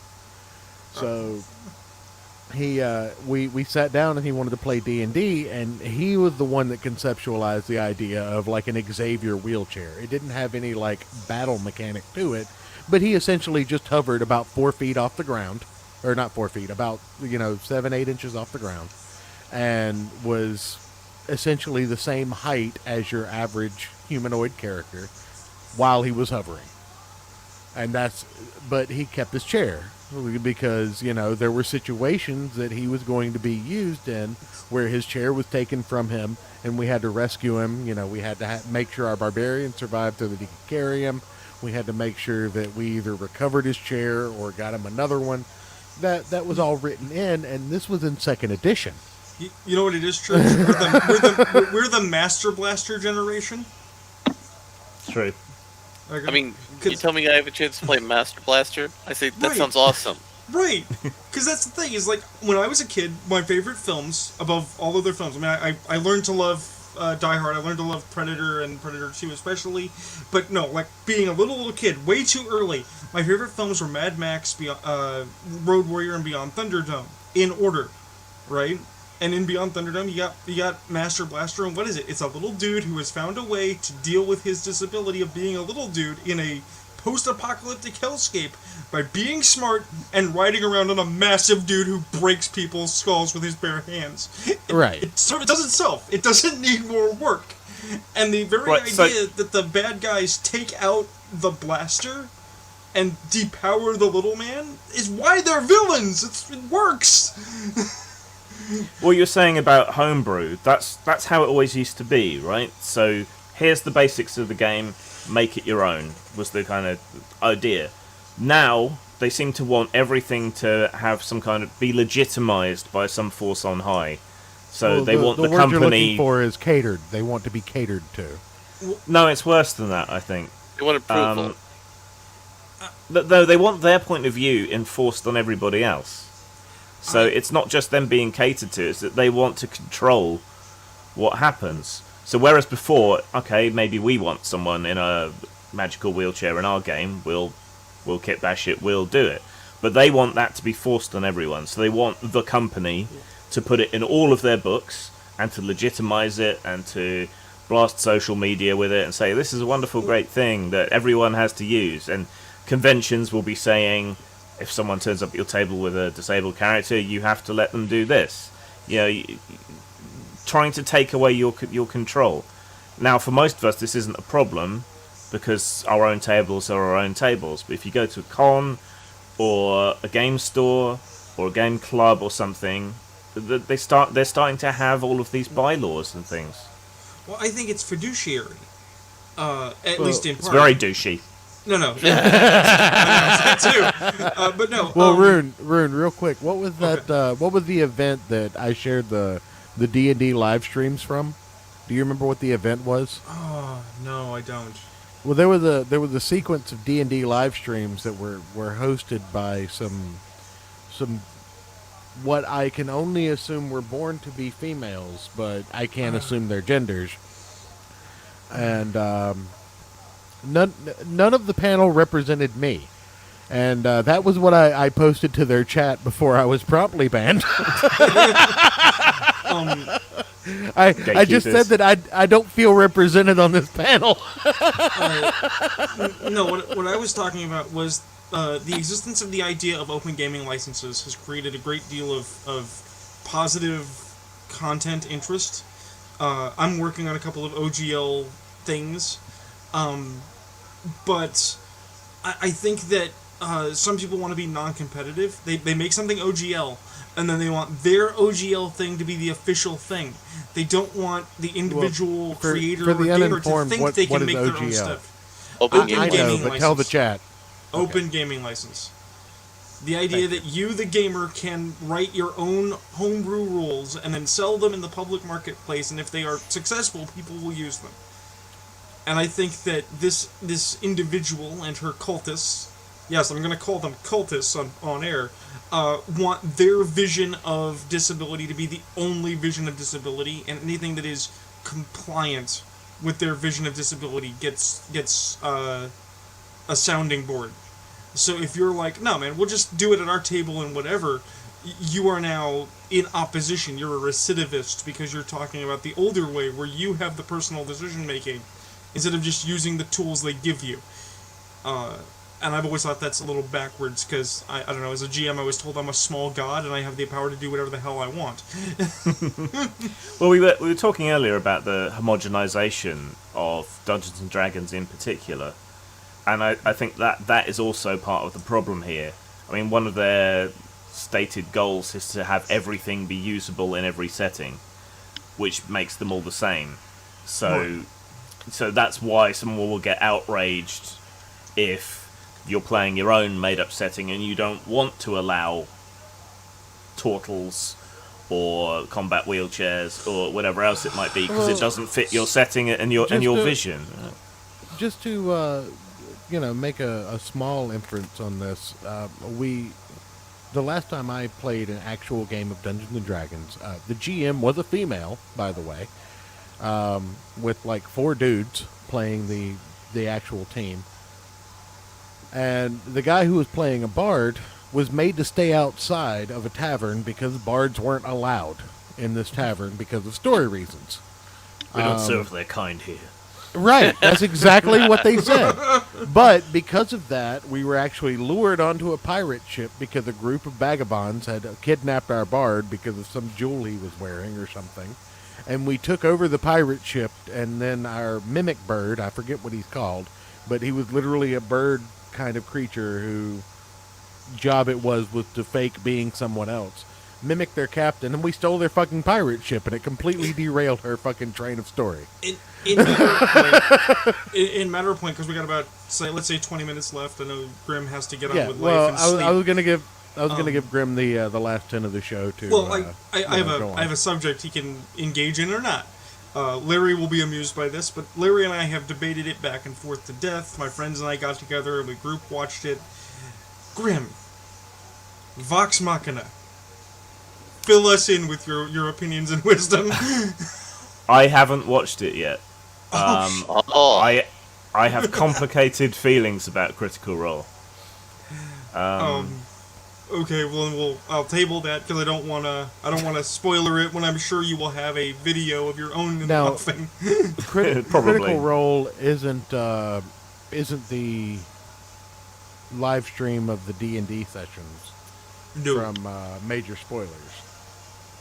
No, they're their own live stream show. It's like the big one that's mega successful. Yeah, that everyone's trying to imitate. Followed closely by Acquisitions Incorporated, which can go die in a tire fire. That came first, didn't it? It did, but it got overshadowed by Critical Role. Well, I'm entirely too enthralled with West Virginians making an ass of themselves in Portugal to know about these things. No, in matter of point, since we're talking about it, I will say I despise Critical Role. I like some of the people. Some of the people are nice. Even people that I disagree with adamantly. I think David B. Williams is a wonderful spokesman and very intelligent, and yet some of his positions make me tilt my head. But when it comes to Critical Role specifically, my problem is not that they're all voice actors. My problem is that they play the most generic, uninteresting, blandest version of D&D you can possibly imagine, and that everyone thinks this is the acme of skill, while Matt Mercer runs a railroad, and I can see the rails. It is the biggest, most obvious railroad I've ever seen. And they create unrealistic expectations in a lot of people for what a game is going to be like. Well, because I will take the ballsy position. I have often said this publicly. Feel free to disdain me. I say there is nothing they do that I can't do, and the only difference is they have money and being in California, they have access to services. I actually think my D&D games are better. Full stop. I think I'm better than Matt Mercer. Mine are better. They have titties. So absolutely. Hey, exactly. 100%. But can you plug your Patreon so that?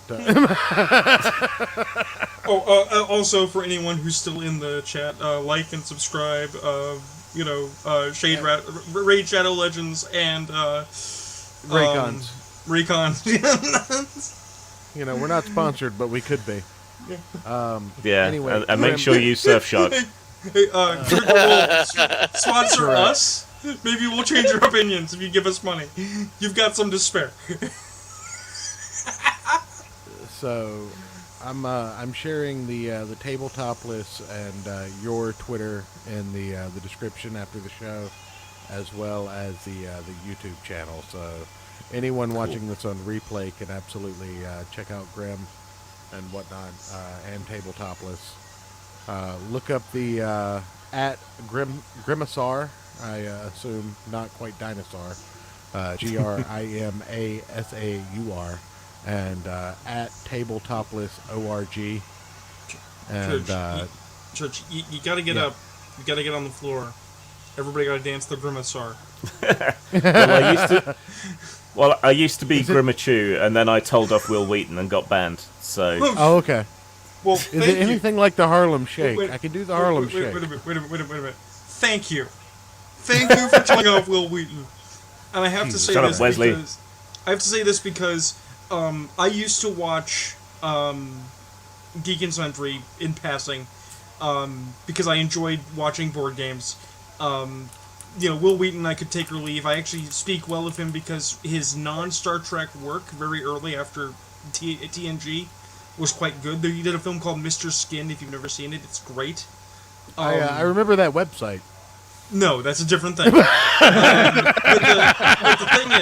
the thing is that they did a coverage of a tabletop game that was set during the Arabian Nights, and I love the Arabian Nights. I love Shahrazad. And they were like, for today's episode, we're going to have to make some edits because of problematic content. So the slave is now going to be called the servant. And I was like, fuck you. Fuck everything. Set it on fire. This is wrong. You cannot pasteurize actual Arab history to make it okay. Don't tell me the Arabs didn't have slave markets and slave trading are some of the most ancient slave traders on the planet. If I'm not mistaken, Shahrazad is one of the most text-filled magic text boxes in all of history. I will have to take your word for it because I don't know what you're talking about. Well, let's just. I'll read it after the guest leaves. Okay. He worked for Wizards of the Coast. I don't want him dropping trade secrets. Only freelance is fine. Although the only thing, the one place you worked, Cubicle 7 actually interests me because I actually love the Cubicle 7 Doctor Who game, especially the mechanic for initiative. I really love that. Running away means you get to go first. Alright, here's the hard-biting commentary everybody wants to know. Did you actually meet Steve Jackson, and is he a bro? I didn't meet Steve Jackson, me being in the UK and him being in Texas. He is... Are you telling me he's too cheap to go out to the UK and get stabbed? Yes. He prefers to stay in... He prefers to stay in Texas and get shot. He prefers to stay on the giant bags of money he made making GURPS. No, you don't understand, Grim. He's doing the shooting in Texas. Well, he did kinda, sorta, ish, rip me and my co-writer of the Munchkin's Guide off. Because we kind of kicked off that whole Munchkin money wagon and essentially saved his company. But our contract was such that we never saw a penny of the Munchkin money outside of the first book, which is unfortunate. So you got but marveled. I have Shahrazad up on the stream. If anybody wants to take a look at that disaster of a fucking magic card. Wait, but it's also from the Arabian Nights style set.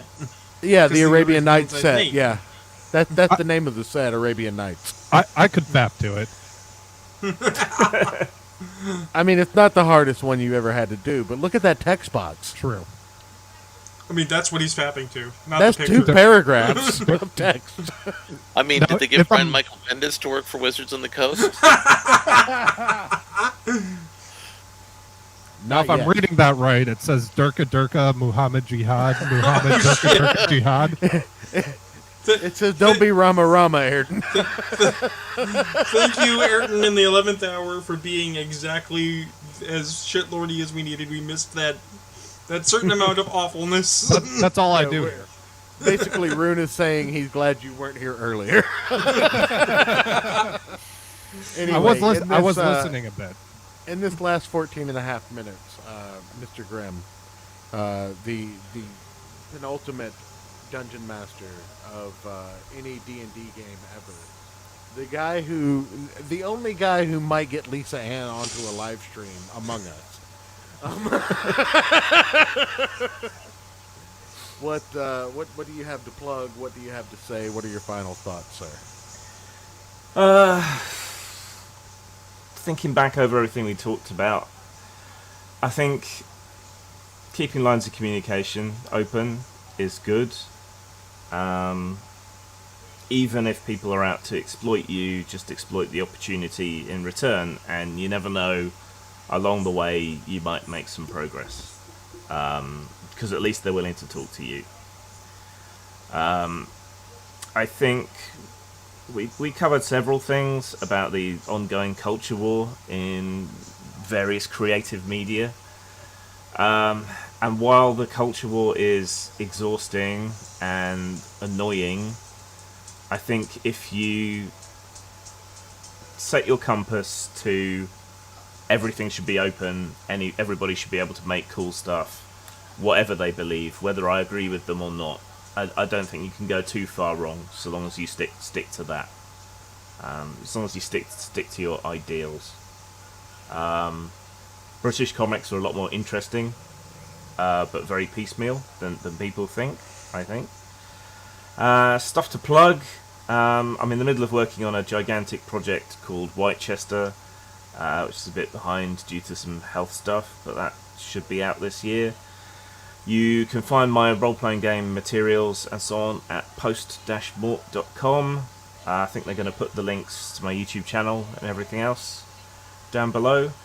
And I'm pretty open and easygoing. If anyone wants to talk to me on social media or anything, just hit me up and we'll have a chat. I didn't even have to threaten to dox him to get him on here, chat.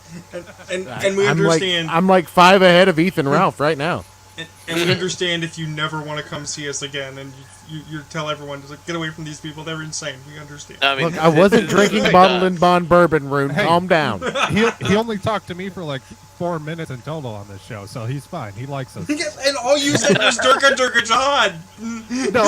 No, he wore rabbit ears. Yeah, I was the anime rabbit. Come on now. Church, we're gonna get some character art of Ayrton in his first suit. I definitely appreciate you coming on, Grim. You're the biggest draw we've had since the guy that drew hamsters in a funny book here stateside. I'll get you copies of that if you're interested. It's fantastic. It's a book about Teenage Mutant Ninja Turtles, except if they were hamsters and anarchists. Sounds good to me. I mean, that's a good way to describe it, right, Ayrton? Yeah, that's about right. So, but we definitely appreciate you coming on, sir. And it's near 2 a.m. on Grimm's time, so everyone, even though it's only about 8:50 here in the Freedom Land on the East Coast in the South, this man has gone above and beyond and cut into his sleep schedule so that he could be on this shit show, i.e. God's time zone. Also, for those of you in the chat and those of you watching this after the live stream, let us know if you want us to do earlier shows, because it feels like there's a different energy with us being closer to being awake than being in the Twilight Zone. Well, I'm not already drunk when the show starts. That's the thing. Yeah, that's another key component. We haven't had the opportunity to get drunk and disappointed yet. Like, usually I'm not shit-faced by 7 o'clock, but by 9, it's hit or miss. Well, yeah, it is early, so I will bid you adieu. All right, well, Have thank a you, good sir. I definitely appreciate it. Good talking to you. Again, if you ever want to make a reappearance, we are more than happy to have you. And your communist background. Yeah, so health and sleep schedule permitting, maybe I'll take you up on that. But well, take care, we'll do some shows in the future. But anyway, next time. Yeah. Anyway, Zang. And if you're at all interested sometime, check out the Chronicles of the Gospel of Darkness. You can tell us how bad we are at role playing. Oh, he's gone. He's done. Oh, yeah. I know, it's fine. Well, you missed that opportunity, Rune. Calm down. I'm just saying. You know what? This was good. We need to get some more high quality guests. Well, I mean, look, work this out. Look, we got one. You start with one, it might lead to others. No, we've gotten 2. Don't discount Don Chen, guys. Yeah, we've got 2. We've got 2. I'm not discounting Don Chen. I'm just saying, like, T-shirted historian. T-shirt historian was in the chat. Grimm's co-host was like really excited that we were doing this. I think he was kind of like, "Oh man, he would have been interested to come on." Basically. Well, you know, T-shirt historian. Maybe we could talk to him about doing that for another one of these shows. Talk him into it, yeah. And I would presume that word will spread. People will get around. I mean, this is the most active our chat has been in a while. Oh yeah, we had a shocking 9 people at highest. Actually, no, 11 at highest. 11 at highest, yeah. Sweet. And I think So we what had I missed? 22 overall live views, which is, I don't know, 4 or 5 kill streams. You missed Ethan us Ralph. actually... Real quick, while we're still, I mean, we don't have God. to go off the air after 2 hours. Okay. I'm set up to run for a couple of. I had to move to the bedroom so that my wife could, maintain life while I. I mean, was, at some point, on I the gotta air go this make early. mom. I gotta go make my mom dinner at some point, but sure. Well, yeah, but no, Ethan Ralph was on the Odyssey games today, and the first round challenge was eat the bugs. So they sent them food grade bugs, including a tarantula and a bag of roaches. And Yeah. Ethan Ralph was like, "Nah, fuck this. I'm not doing Wait a this. minute, is that- My haters will clip Wait a it." minute. Dude, Is that like a more extreme version of Special Olympics? Yeah. No. It's kind of like Fear Factor, except it's But a Special discount- Olympics. Yeah, the Special Olympics. It's discount Lauren Southern hosting it. It's all about selling the future lifestyle of living in the pod. Right. Ethan Ralph signed is set to sign a $30,000 a year contract to own the haters. I want everybody to know I haven't had a raise in several years at the job that I currently work because it's a small business and they can't afford it. Well, I make more than $30,000 a year at my 40-hour-a-week job. I believe Ethan should be informed that you can't own people anymore. We had an amendment about that. Well, I mean, he is in the South, where they have Confederate statues. Well, wait a minute. Does that mean that his opinion is only worth 1/8 to 16th of a person's opinion? He definitely is a white N-word. a Nick Gers, if you will. Oh, that Listen. joke's not gonna age well. Listen.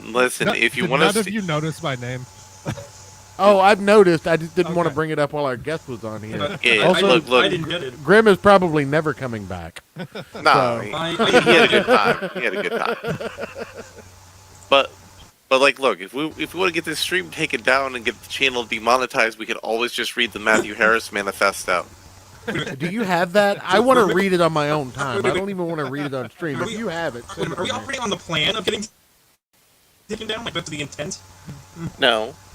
But It's been the intent to day one, Rune. What are you talking about? But yeah, no, I'm surprised we're still here, Rune. Come on now. Ayrton been trying to get this channel banned for 3 years now. If they take it down, that's how you know you've succeeded. Yeah.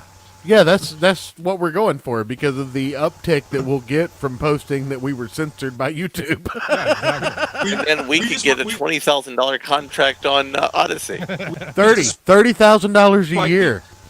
We just aspire That's to live that's $10,000 a year for each of me, Larry, and Rune, and I will still not pay Ayrton. I mean, that's fair. Aspire to live as large as Razorfist. You just take off YouTube. Well, he's not getting kicked off yet, but he's got. I like Flash Rune better than regular Rune. Me too. He's got a channel strike though. Which Rune? Flash Rune.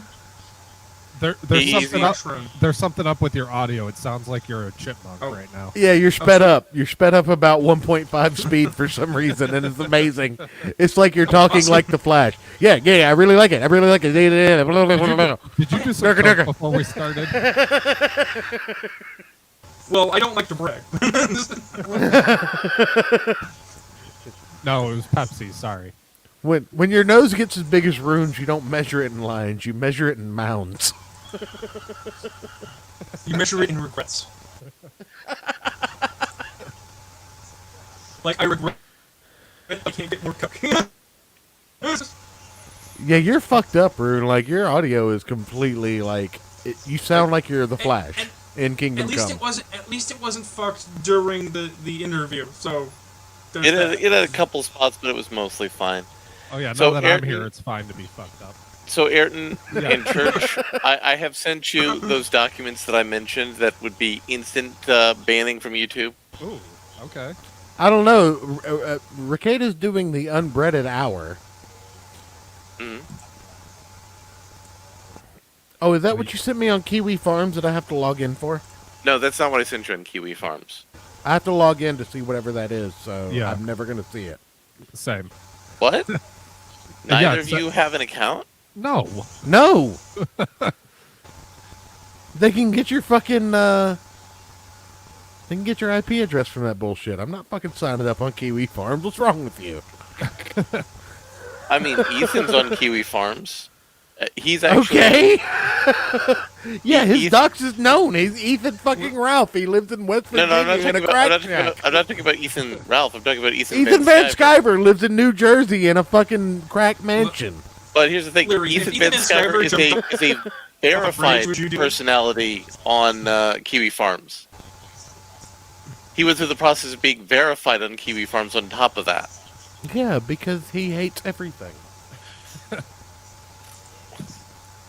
All right, let's Anyway. see here. Should I start reading? No. I have it pulled where up. did you send this? I don't have it. Is it Discord. on I Discord? sent it to you in Discord. Okay. I mean, Yeah, we no, can don't start reading live on air, Ayrton. Right? No, there. You could probably get away with reading his doctoral thesis. As long as you say N-word and bikes instead of the N-word and Well, the no, K-word. The doctoral thesis doesn't have the N-word in it because that was a doctoral thesis that was submitted to Duke University. I don't believe you, Larry. I've seen Ricada go over this document. I don't think there's a single page that doesn't have the N-word on it. No. Because there are The 10,400 instances of the N-word in this document. The manifesto has the N-word in it. There's not two the different doctoral thesis. There's two 1/8 of this document is the N-word.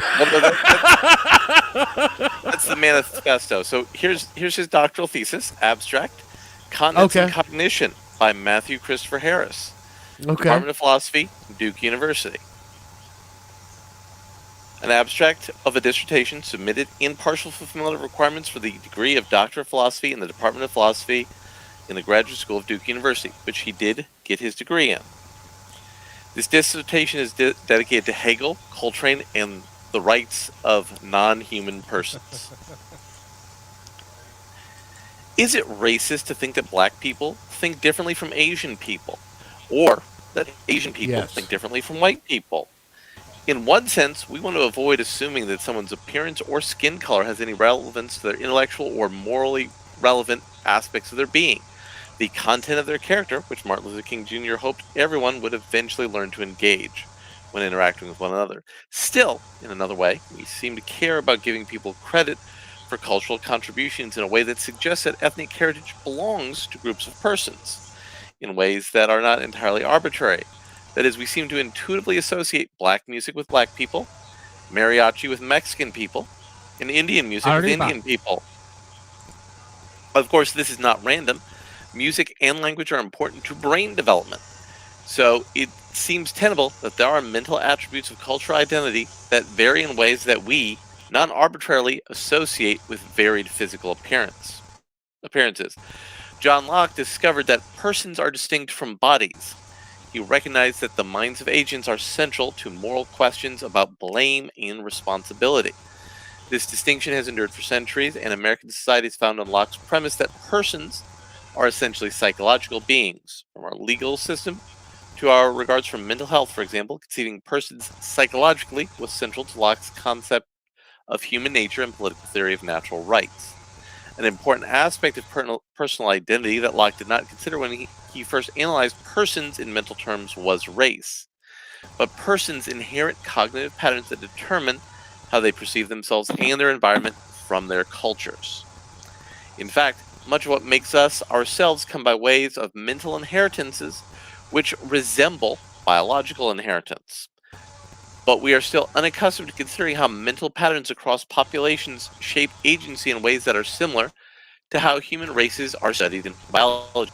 This dissertation attempts to get to the core of the problem by asking, what does it mean to be a person of a specific ethnicity or culture? Yeah, his manifesto is way more entertaining.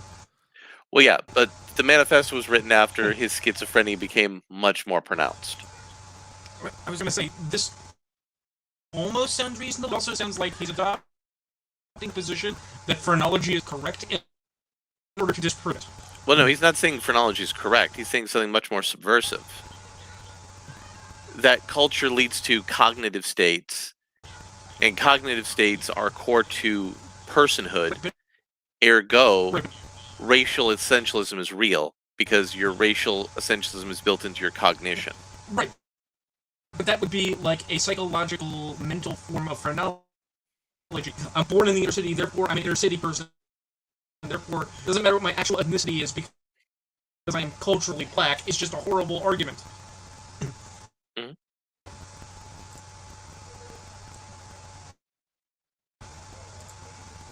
Oh, we had another bot show up?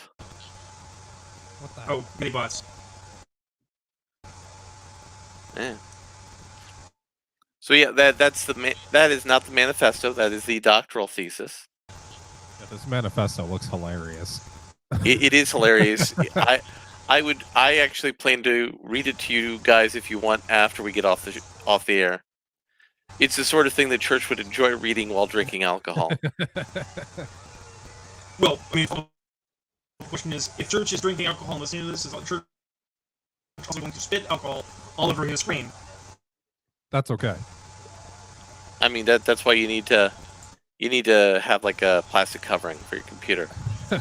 Now, so, I just want to point out real quick. So I pulled up the stream while I was at work. I was like, let's see what the guys are talking about. I hear church talking about Ralph, and immediately turned to my coworker and said, "Hey, is there anything around here that I can make rabbit ears out of?" and then she looks at me like, "What the fuck?" I'm like, "There's not enough time to explain it." We need to find a way. I don't have time. Just give me the goddamn ears. we need to find a way to get the anime rabbit onto our show. Oh, she won't come on. God no. Jesus Christ, no. Why not? She won't do it. Because I'll ask her how many ovens it would take to bake 6 million cookies. I mean, you could talk about other things. I would ask her why the wooden door on my shower keeps letting steam escape. But Church, can you share that image I just sent to you with the audience? On what, Discord or Twitter? Yeah, on Discord. God damn it! I have to pull up this. I specifically use StreamYard so I don't have to pull up Discord because it's such a pain in the ass. But absolutely. No, I'm not switching devices. Where did you share it, Larry? In DMs? In DM. I see it. I'm going to pull it up in browser. Oh yes, yes. Open original. Yeah. We'll pull it up over here. There we go. Okay. It's good and full screened. And then let's share a tab here. Share screen. Screen 2. Share.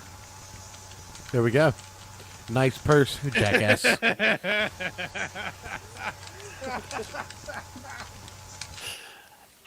We haven't seen her passport. It might be stamped for Portugal the day before Ralph got his ass whipped.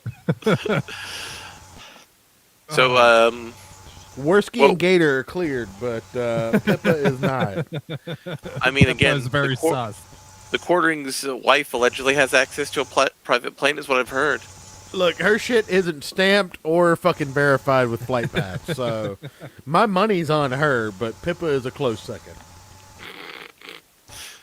It's big PP energy right here. And you know, in honor of Pippa, I stopped and grabbed a burger from McDonald's on my way home. Right. Did you look for her in the bathroom? She might be in your McDonald's bathroom. Well, I went through the drive-through, or else it would take me longer to get back for the show. You gotta hold on. Didn't have time to stop and have some messing. Hold on. What? Hold on. There's a launch party going on with Bill Mouse. Yeah. What next is Wednesday. all that about? Oh, next Wednesday. Yeah. Are we gonna have to stream snipe the shit out of the show? We might have to. I think we're going to have to.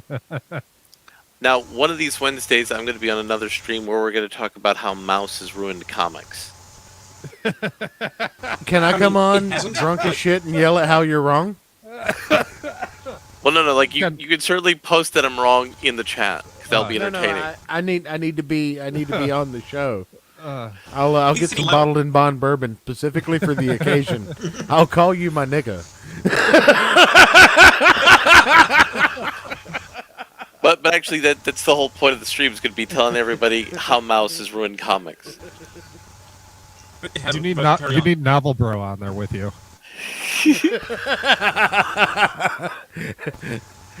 How Mouse made the Holocaust sympathetic. I thought I told you guys to keep church away from the bourbon while I was gone. You know, I think that's a great point to end the stream with. It's been scotch, actually. I just went out for a pack of cigarettes, guys. How'd you let him get like this?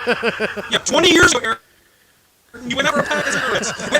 We erased church by ourselves. Yeah, you guys can't handle my energy. It's big PP energy. But no, I'm not so fucked up yet. I specifically said my nigga. So here's a question, Church. Have you watched Vox Machina on Amazon Prime? I mean, I've watched a few Vox Day live streams, and I figure they're just animations of those. No, actually, it's not. If it's an animation of that, it would probably be more entertaining. You know, swastikas reeling around in the background. No, what is Vox Machina? So that's the name of the campaign group for Critical Role. Also, we're past the 2-hour mark, guys, so we're kind of clear to unbutton the top button of our college shirts. Are you ending the stream, or are we taking a break and coming for Shitstream 2.0? Go fix Mama Rune's food. Well, I mean, she and I have talked about it. She seems to be asleep. I may just order. The question is, what are we doing? What's the plan? I mean, we're just going to keep drinking and shit-talking for the moment. Yeah.